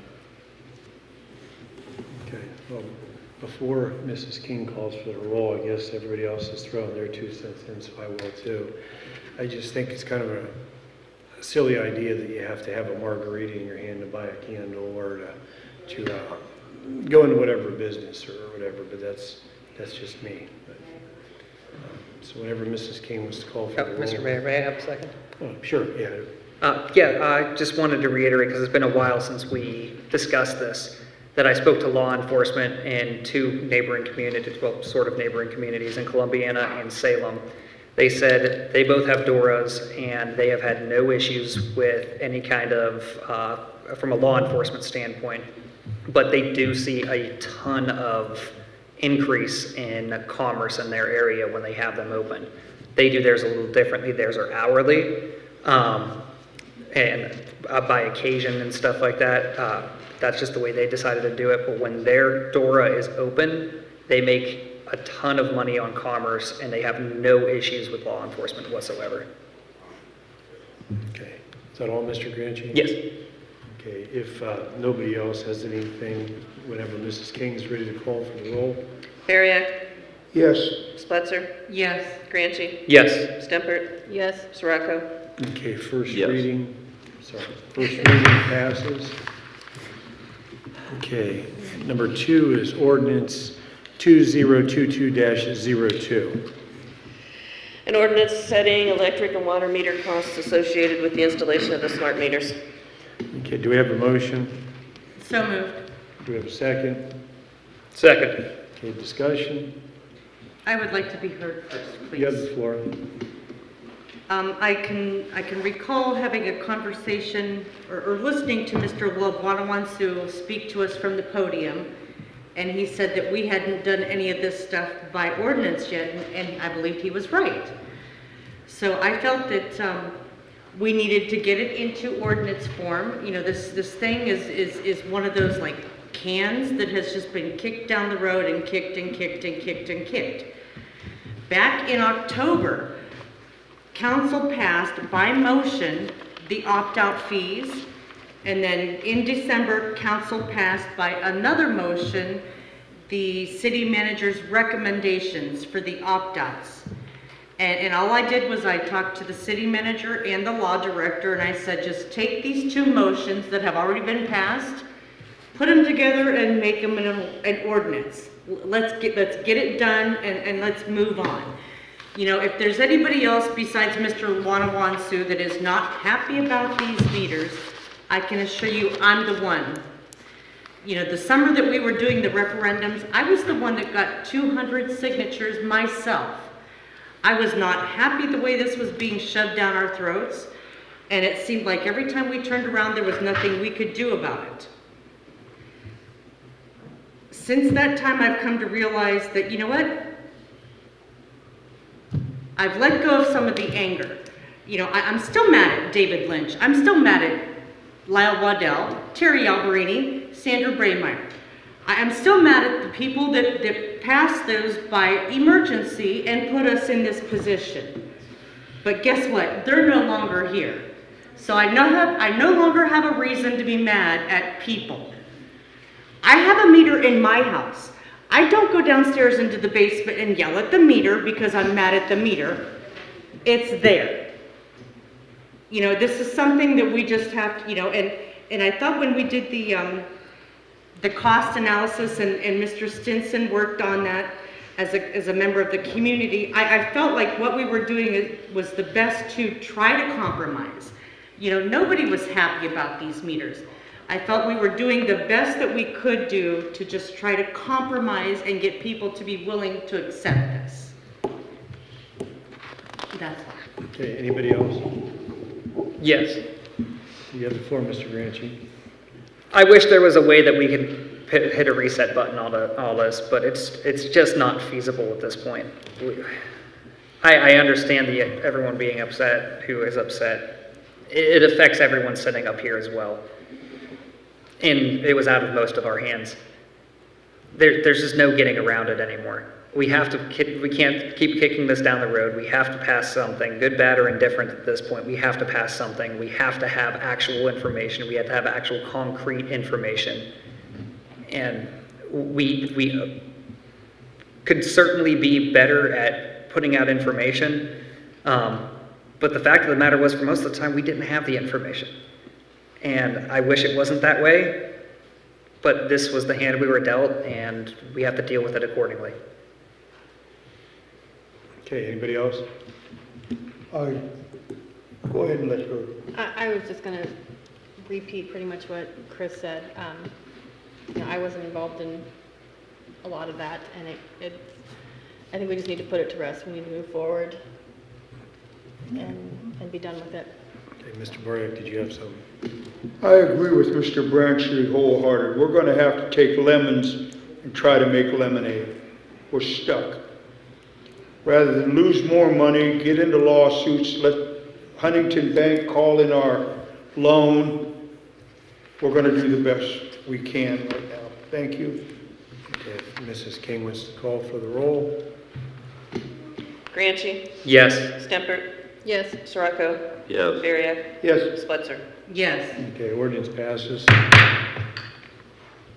Okay, number 3 is ordinance 2022-03.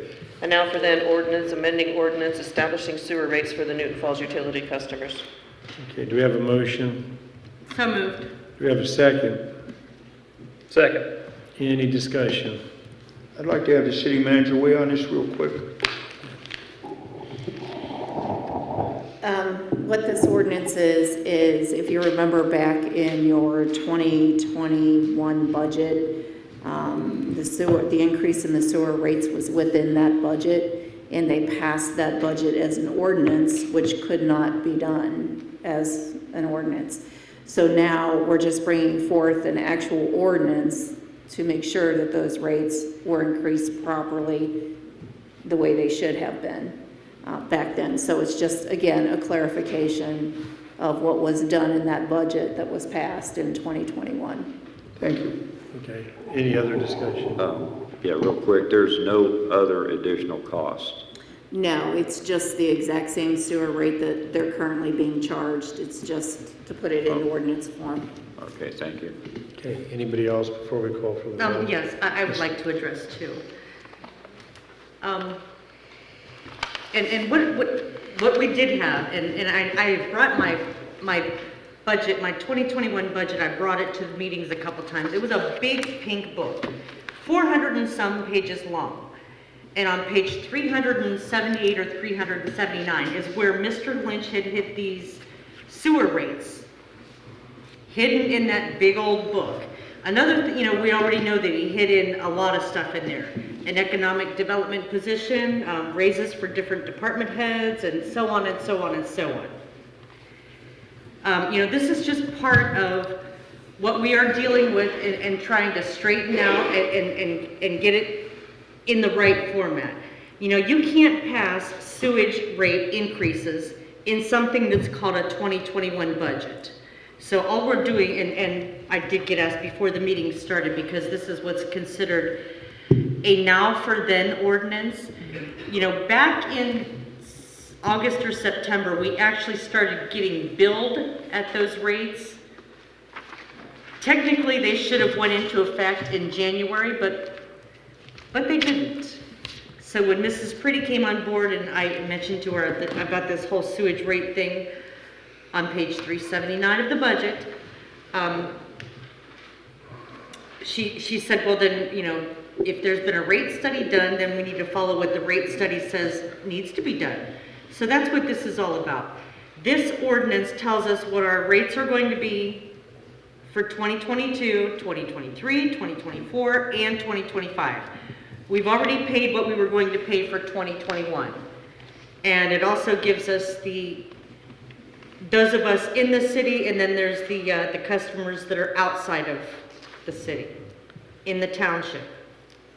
So, anyhow, this is one of those a now for then ordinance, because we already started paying it in August. Right now, we're just trying to straighten things up, do what's right, and make it a done deal. Mayor, when the time's right, may I address council on this too? Okay. So with one small correction, I would simply say that no, I don't believe that appropriation measure that was passed approving the 2021 budget also authorized all the pay raises and the utility rate increases. I mean, there are limitations, and I don't know what they are. And Alfred over there, he probably knows what they are, but it would be one that you would want to have a well-prepared answer on. So the intent of that was the 2021 budget, period. The appropriations, that's all. And I approached Al on that, and he agreed, and therefore he did prepare this legislation where you guys go back and approve what was done by Pam back last year sometime. That's all. Okay. If nothing else, if Mrs. King wants to call for the roll. Steppert? Yes. Sirocco? Yes. Bariak? Yes. Spletzer? Yes. Bianchi? Yes. The ordinance passes. Okay. Okay, what was that, number 3 or number 2? That was number 3. Okay, that's what I thought. Okay, number 4 is Resolution 02-2022. A resolution approving the Newton Falls wastewater rate study invoice for services performed for the utility department by MU Flow Monitor Rentals LLC. Okay, do we have a motion on that? So moved. Second. Okay, and then if Ms. Pretty wants to weigh in, what that was there was a rate study done, and basically the individual did it, never got paid. That's why it looked like we had so much money last year, because we didn't pay our bills last year. Well, Do that now. what originally had happened was that the individual was asked to do the rate study. There was no contract, no agreement in place, nothing. He did perform the work, sent the invoice, and ultimately Sean has to pay it because he did do the work, but there was no agreement in place. So that's one of the things that we should have in place are those types of agreements when you do those rate studies, and there was nothing. That was what, roughly 20,000? Correct. Okay. Mayor, again, may I remark on this too quickly, and that's just that, small correction, no, I don't have to pay it. I mean, if you don't approve this tonight, I'm not gonna pay it. But the department head vouched for this person for doing good quality work for us. He vouched for the work that was done on that. I thought it was a good evaluation by this engineer. We've used it. So I guess what I'm asking you is to give me permission to go ahead and pay him because we do have the funds based on that reason. Yeah, that and the next time we want somebody to do something,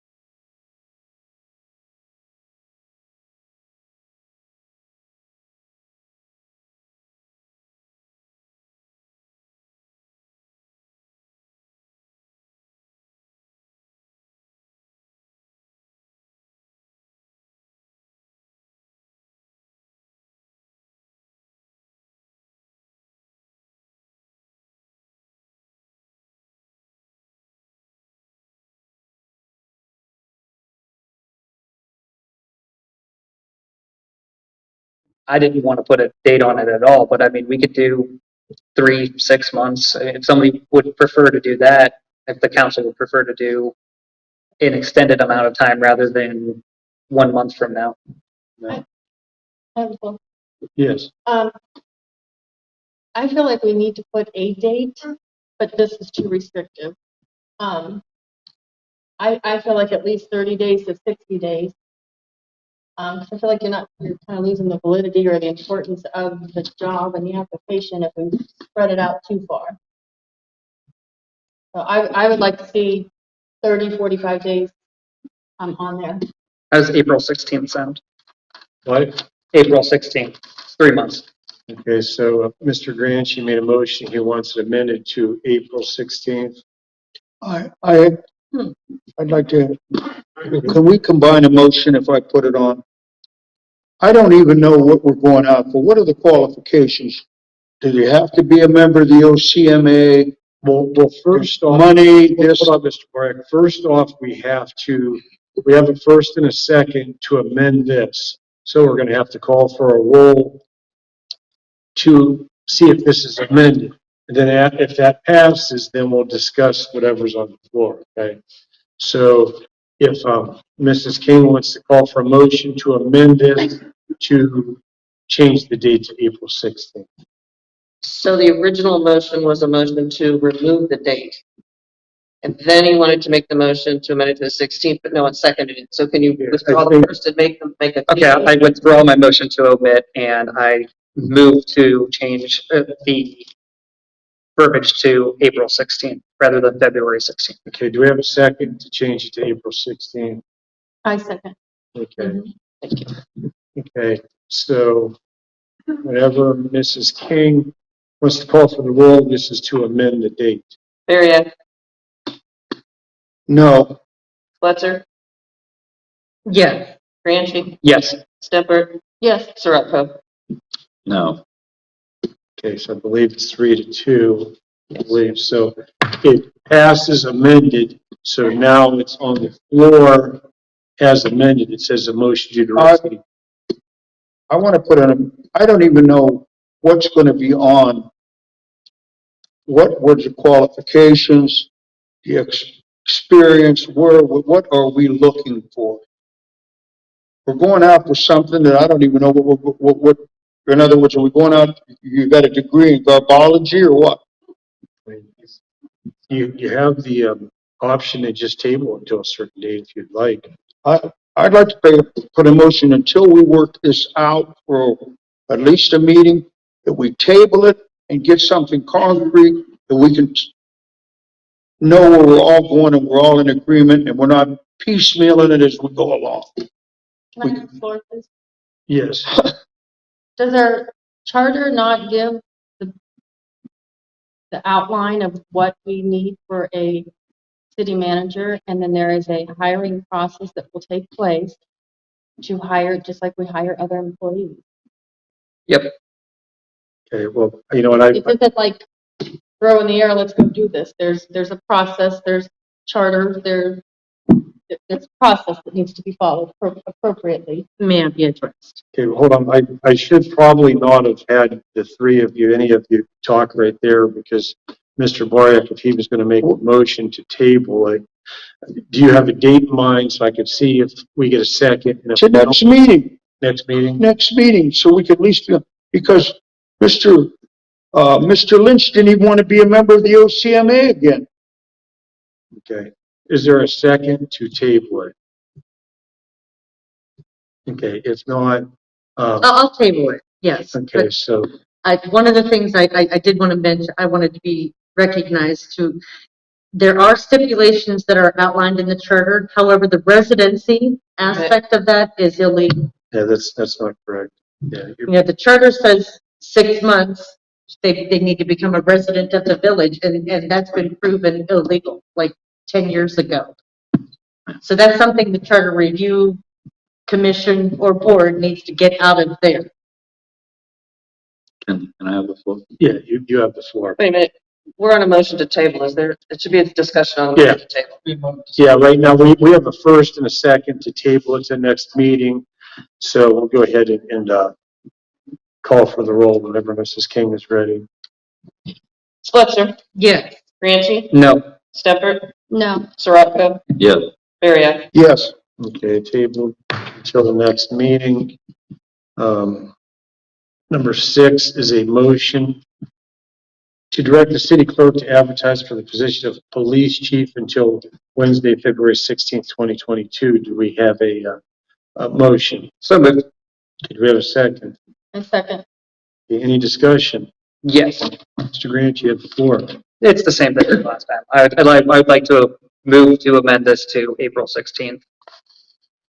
Okay, Mr. Grant, he wants to amend that to April 16th. He makes a motion. Do we have a second? I second.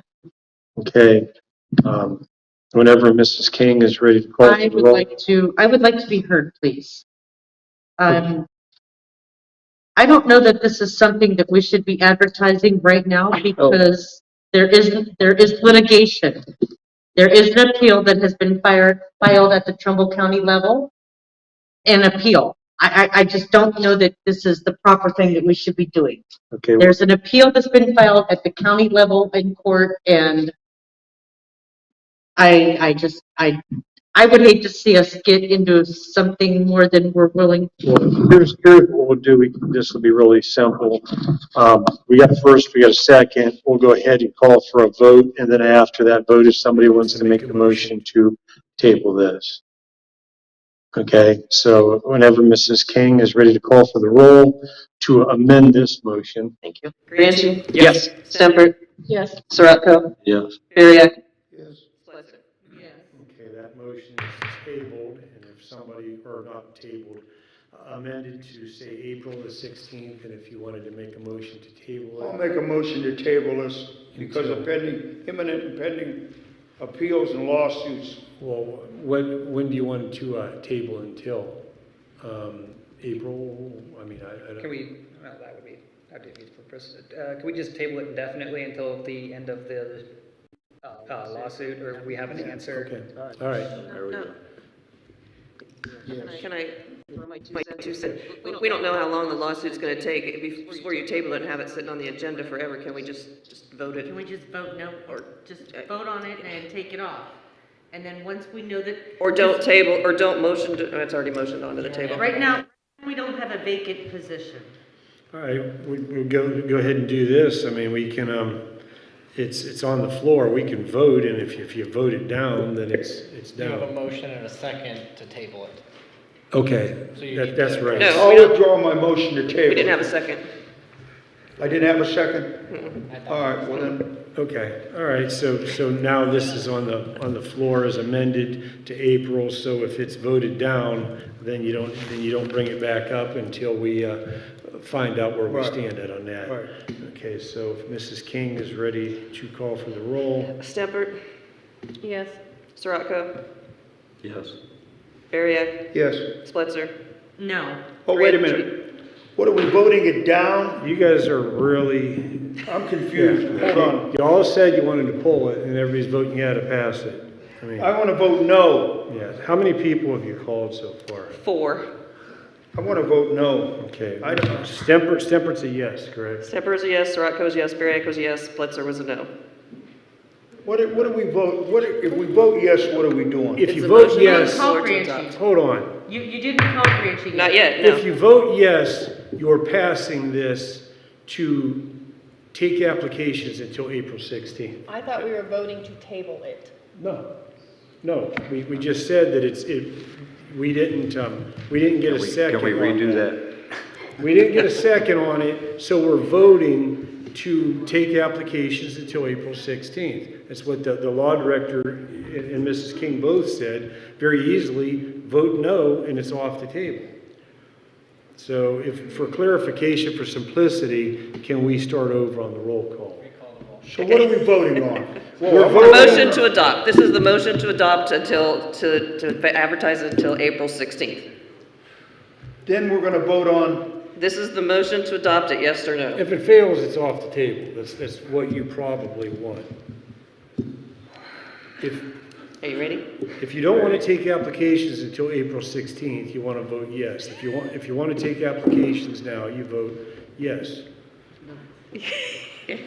Vote yes. You said yes both times. You vote no if you don't want to take applications. Can I just pull this motion from, since I'm the one who sponsored it, can I just pull this? There's 3 of us that sponsored it, Love it. But we already have a motion and a second. Yeah. Roll call. Stemper. No. Siratko. No. Bariak. no. Splitzer. No. Granchi. No. There we go. but fails. Wow. Okay, and number 7, and I want to get some clarification on this before I go ahead and read it from the law director. My thought is here, I'm wondering, how is it that a motion supersedes an ordinance that we've already passed unanimously for the law director position? I mean, should this even be on the agenda?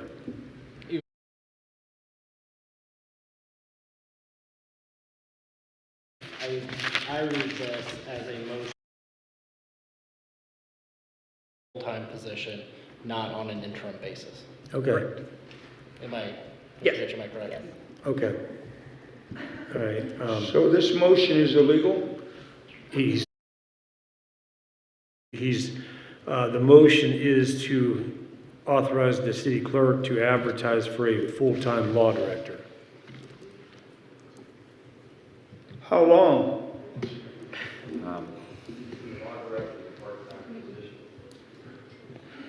Okay, well, either way, if it's legal that you can do that, then do we have a motion to direct the city clerk to advertise for the position of law director? Do we have a motion? So moved. Okay, Mr. Granchi. Are we amending it to say full-time? It's not on the table yet. Oh. Do we have a second? I want to clarify my comment of full-time. It doesn't mean that the position is full-time. It would remove, right now you have an interim law director. My full-time comment would mean removing that interim title from whomever you decide to hire as law director. Okay, as a permanent. Okay, do we have a second? I second. Okay, any discussion? Can I have the floor, please? Yes, you have the floor. I'm just wondering if this is something we want to do with the pending litigation. Once again, you've got people that are working with this stuff that know what's going on.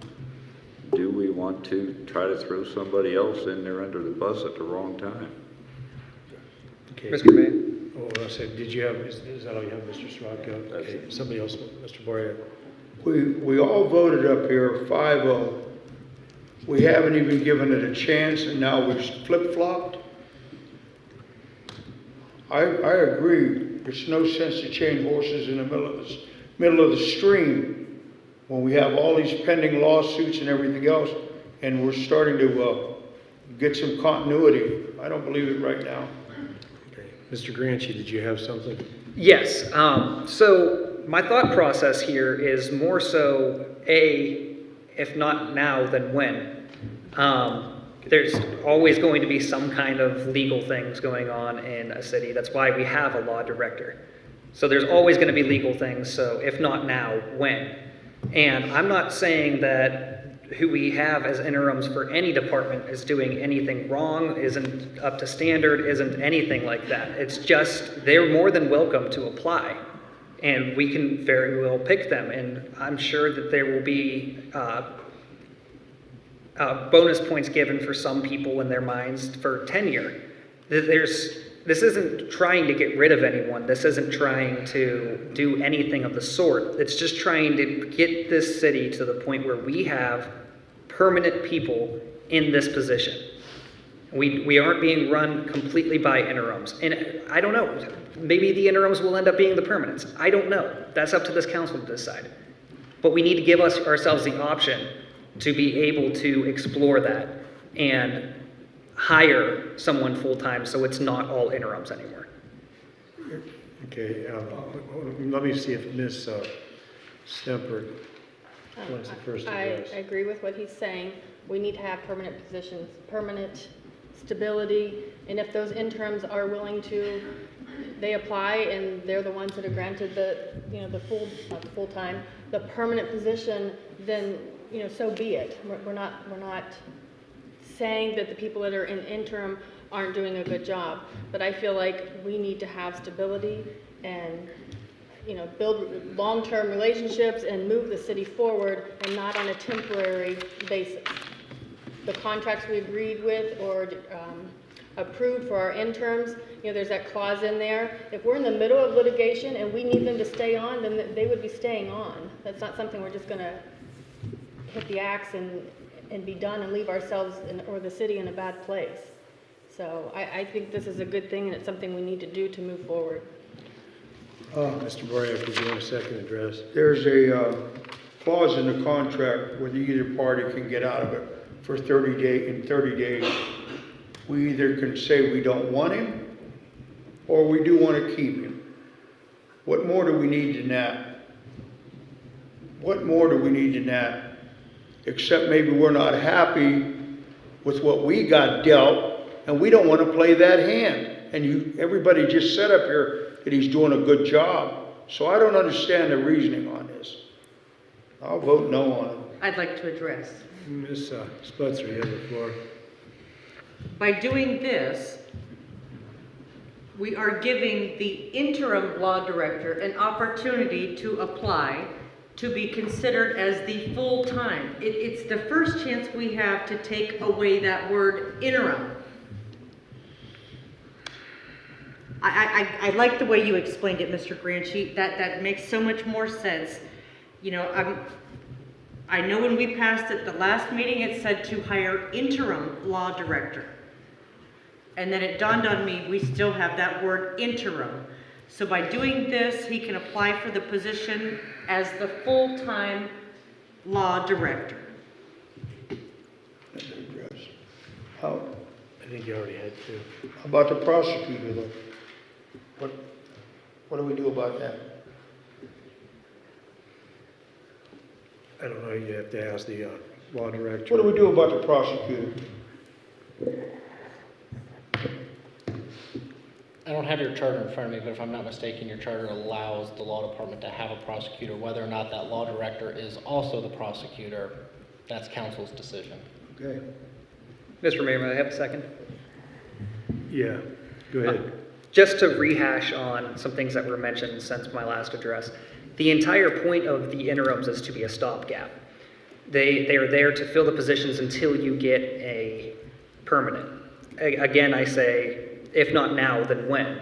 It's not that there's any problem with anyone that we have as an interim. It is that we need to have a permanent solution in place. And the entire the entire purpose of an interim is to be the stopgap between one permanent to the next. So the entire point of an interim is for them to be replaced or hired on full-time. Okay, Mr. Sirocco, Ms. Stemper. Okay, you had two, Mr. Waryak, we'll go ahead and call for the roll then. Sirocco? Yes. Bariak? No. Spitzer? Yes. Granchi? Yes. Stempert? Yes. Okay, passes. And then number 8 is, should that even be on here since we already passed the ordinance under unfinished business? It's different What would be the difference on that? because we hired Mr. Housley as the interim. It's this exact same concept that we just discussed with the law director. We didn't hire him as an interim, we hired him as a part-time finance director. With the clause saying that it be terminated when we find a full-time finance director. Okay, all right. It's the exact same concept. All right. Okay, do we have a motion to direct the city clerk to advertise for the position of finance director? So moved. Do we have a second? Second. Any discussion? I would like to discuss. Okay, you have the I would floor. like to amend it to, so that it specifically says, motion to direct the city clerk to advertise for the position of full-time finance director. That keeps Mr. Housley with us for as long as we can possibly keep him until we do find a highly qualified full-time individual. And the new paragraph that we put in there says that we're going to get at least 60 days notice out of Mr. Housley. So in the event that we do find a highly qualified full-time finance director, Mr. Housley will be still hanging around for at least 60 days, 2 months, to bring this person in and bring them up to speed. So I just want the clarification that we will be advertising for a full-time finance director. I second that amendment. Okay, if Mrs. King wants to call for the roll. Bariak? No. Spitzer? Yes. Granchi? Yes. Stempert? Yes. Sirocco? Yes. Okay, motion amended to say full-time. Now, do we have any discussion on the motion that's on the floor? Yes, Mr. Mayor. You have the floor, Mr. Granchi. Like I just said with the previous motion, it's the exact same concept. not trying to get rid of anyone, not trying to do anything, but get permanents in these positions so that we can stop having a city where you go to the website and it says interim before everyone's name. Okay, any other discussion? Okay, if not, whenever Mrs. King is ready to call for the roll. Spletzer, Yes. Franchi, Yes. Stempert, Yes. Sirocco, Yes. Bariak. Yes, Okay, motion passes. Okay, and then the last piece of legislation is number 9, a motion to look at a employee pay increase the first meeting of April. So moved. Do we have a second? Second. Okay, any discussion? it's not a cost of living, it's just a pay increase. It's just a pay increase, that's why we said Yeah, Ms. Pretty could look at some surrounding areas and some things that she would evaluate, and then she could bring findings, and we can talk to see if we can afford anything in April. Okay, any other discussion? I think this is a really good idea because that at least gets us through the first quarter. And I know that, you know, when the calendar changes over to January 1st, that doesn't mean that our accounts fill right back up in. You know, it's gonna take us a while for the revenue to come streaming in. So giving us until April to figure some things out gives us time, you know, buys us a little bit of time for more of that revenue stream to come heading this direction. So at least getting us through the first quarter. I think the last pay increase was in April, so it'd actually be a year at that point in time. Any other discussion? Mr. Mayor, should we make this the second meeting of April? Just because that'll be after tax day, and that'll be able to be after all of the revenue we know is gonna come in, comes in. Is that something, I don't know. It doesn't, will 2 weeks really affect it that much, or would that be a better idea? I think that's a better idea. Okay. Is that April 16th? I have no idea. Okay, yeah, so have I'm it stated as the second meeting of April then. Okay, is the 20th. Is there any other discussion, or you want to, whenever Mrs. King is ready for the roll, if there's no other discussion? Granchi, Yes. Stempert, I have to abstain. Sirocco, Yes. Bariak, yes. Spletzer. Yes. Okay, motion passes. Let's see what we got here. I think that was the last.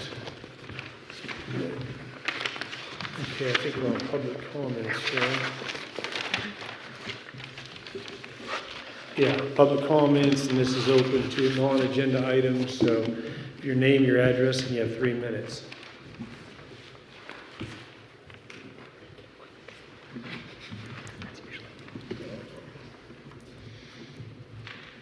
Adam Zimmerman, 515 LeMay Avenue. First of all, I would like to start by congratulating Brian Axiotis on retaining the chairmanship of the Planning and Zoning Commission. If no one knows for sure, it was a unanimous vote by the commission to keep him in that position, even though council tried to overstep its authority in having him resign from that commission. I applaud the members of the commission for sticking to their guns and doing what was best for the commission based on how things were run, how things were done for the commission. Council cannot even police their own, so why are they attempting to police other commissions when it has no authority whatsoever to do so? We've heard tonight that we don't have money for pay increases for our city employees. What are we paying the law director? Does anyone know what we're going to be paying the law director next year? Anyone know what kind of money we're looking at? Why do we have money to pay them? What's going to be an exorbitant fee, but we don't have money for a pay increase for our permanent employees?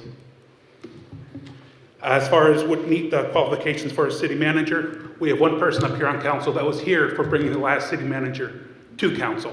He knows exactly what is involved, what is necessary. There's one person up here that brought him to council. He's the one that brought Mr. Lynch to council. I believe Mr. Waddell and Mr. Alberini had questions at the time, but one person pushed for Mr. Lynch, and that person is still here on council. I'd like to talk about the firing of our chief. We saw a shoddy and incomplete report from the interim law department. Only one side was presented in the report. If anyone got to see it, we know it was only one-sided. Council was not provided with all the information necessary to make a proper decision. We didn't have an impartial person overseeing this trial. Our interim law director actually went into executive session to advise council on how to proceed while he was supposed to be an impartial person running the show. If anyone here had a chance to see that dog and pony show, we all know what he was, that he was anything but impartial. Things that the chief did were so bad that not one of them was corrected in the 2.5 months that he was gone. We heard that the sergeant's office was still a mess 2.5 months after his suspension. We heard that Dallas Young was not given a review for 2.5 months after the chief's suspension. Yet these were used against our chief. They said it was over budget. Most departments in the city were over budget at one time or another, yet no one has used that to fire any of our other department heads. Just remember, not one of the things that our chief was brought up on these charges for was corrected in his absence. Make sure everyone lets that sink in. We have also heard now for quite some time this past year that our mayor likes steak but only can afford hot dogs. With these exorbitant contracts being thrown out to our interim law department, part-time finance director, and whatever will be charged to the city for the shoddy and incomplete investigation into our chief, and a Civil Service Commission hearing for Matt Evans, just to name a few of the blunders, it is clear that the mayor and council are feeding us hot dogs and paying for steak. Thank you. Thanks for your support, Mr. Zimmerman. Anybody else?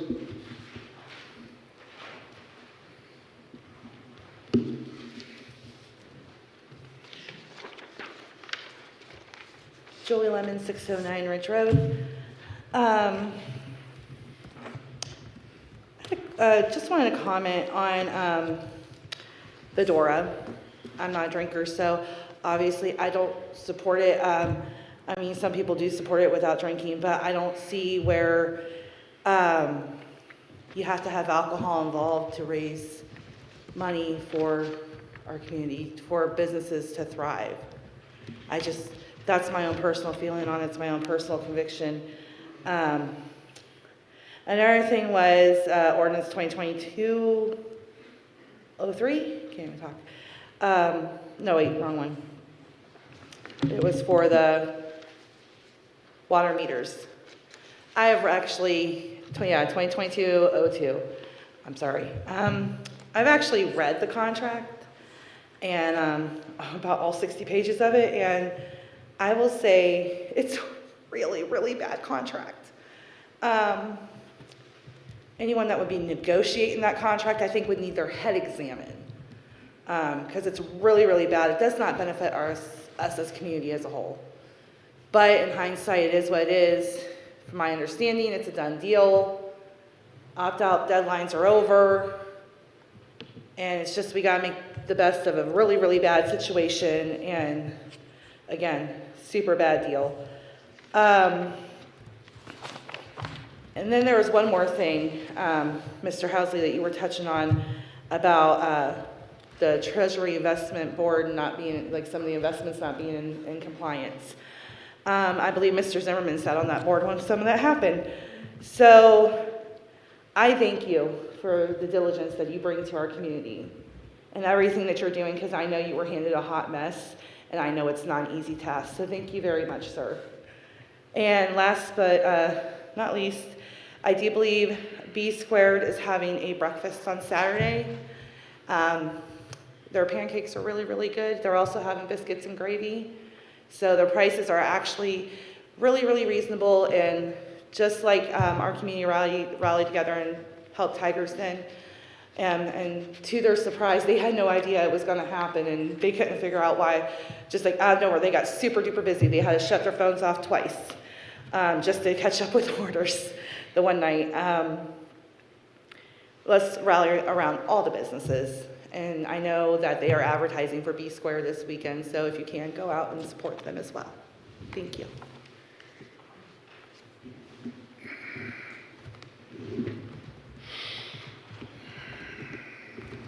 Tim Sensen, 253 Arlington. A couple things. I know you guys already kind of addressed these letters that went out, but I'd just like to state for everyone on this board that I received my letter today, and the deadline is tomorrow. So I know you already addressed it. Thank you for addressing it. But whoever decided to go about this, probably not the right thing. I know it is what it is, and I'll let it go after that. Did you also say that there was a $25,000 budget for the advertising of these 4 positions? I know you mentioned 25,000, so if you can just, if that's whatever, I thought I heard a figure of 25,000. No, okay, good, that makes me a lot better. On the, also with this, I guess I'm not done. You know, I have a couple issues, and it is what it is. The contractors that are installing these are subcontractors of subcontractors. You guys passed a registration of contractors. Do we have these subcontractors registered and licensed and bonded? Because the gentlemen that I see driving around town are from West Virginia in an older Suburban. I really don't want that person in my 100-year-old house. Just saying, messing with my water. Not necessarily good. And then one last thing as far as on the cost of living adjustments.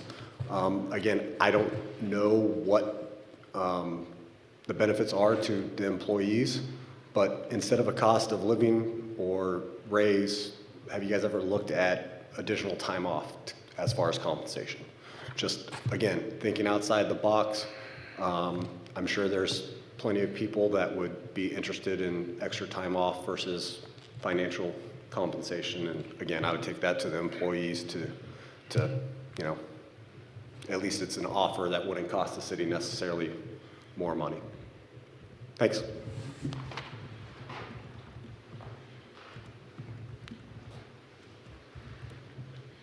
Okay, if nobody else, we'll go ahead and go to closing remarks. Mr. Sirotko, do you have anything? No, I don't, Mr. Mayor. Okay, Mr. Bariak?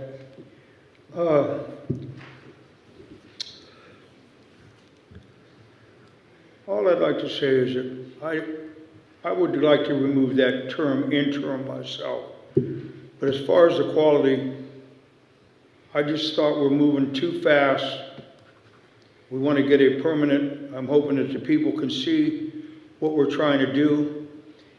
And I'm not going to get here and I'm going to put my credibility and my status in the community, because I haven't tried to lie to anybody. There were things that we didn't know. We're starting to know them. We're trying to go in a different direction. We're having responsible answers. Are we going to make some mistakes? Maybe, yes. But a lot of this stuff could have been probably not happened in the first place, but it did. Now, I got some stuff here. I'm not going to throw any stones tonight, but I'm going to hold this. And someday I'm going to show the people what I've known for a long time, and I'm not vindictive, and some will say, well, that's old news. But old news is going to be the type of people we had in the past administrations running this community. And I can remember right now, if you want to say, Mr. Alberini said after everybody got settled down, I'd made a perfect decision on hiring Mr. Lynch, where I changed my mind. Only a fool won't change his mind. So I'm gonna let everything go tonight, and some people would call it sour grapes. So, you know, and whatever it is, what we're trying to move forward, and we're trying to do an honest. I won't let anything dishonest go on. Maybe I'll make a mistake, or I don't have a PhD, but I know my heart's in the right place, and I know most of these council people, if not all of them, should have their heart in the right place too. That's why they ran, to represent all the people, and all the people, not Ward 1, 2, 3, 4, Councilman Large, represent all the people. That's what the decision has to be made. There's 4,700 people in this community. That's what I base myself on most of the time. Thank you. Thank you. Ms. Fetzer, do you have anything? Yes, I do. I would like to remind everyone that there is the Park and Recs meeting on the 25th. Tim, is it 5:30 or 6? 5:30. It's a Tuesday the 25th at 5:30. will be the next Park and Rec meeting, and I would like to tip my hat to Mr. Housley. Mr. Housley has come into a really difficult situation. He's dealt with some really, really big, tough issues and gotten us through the ring of fire like I would have never expected.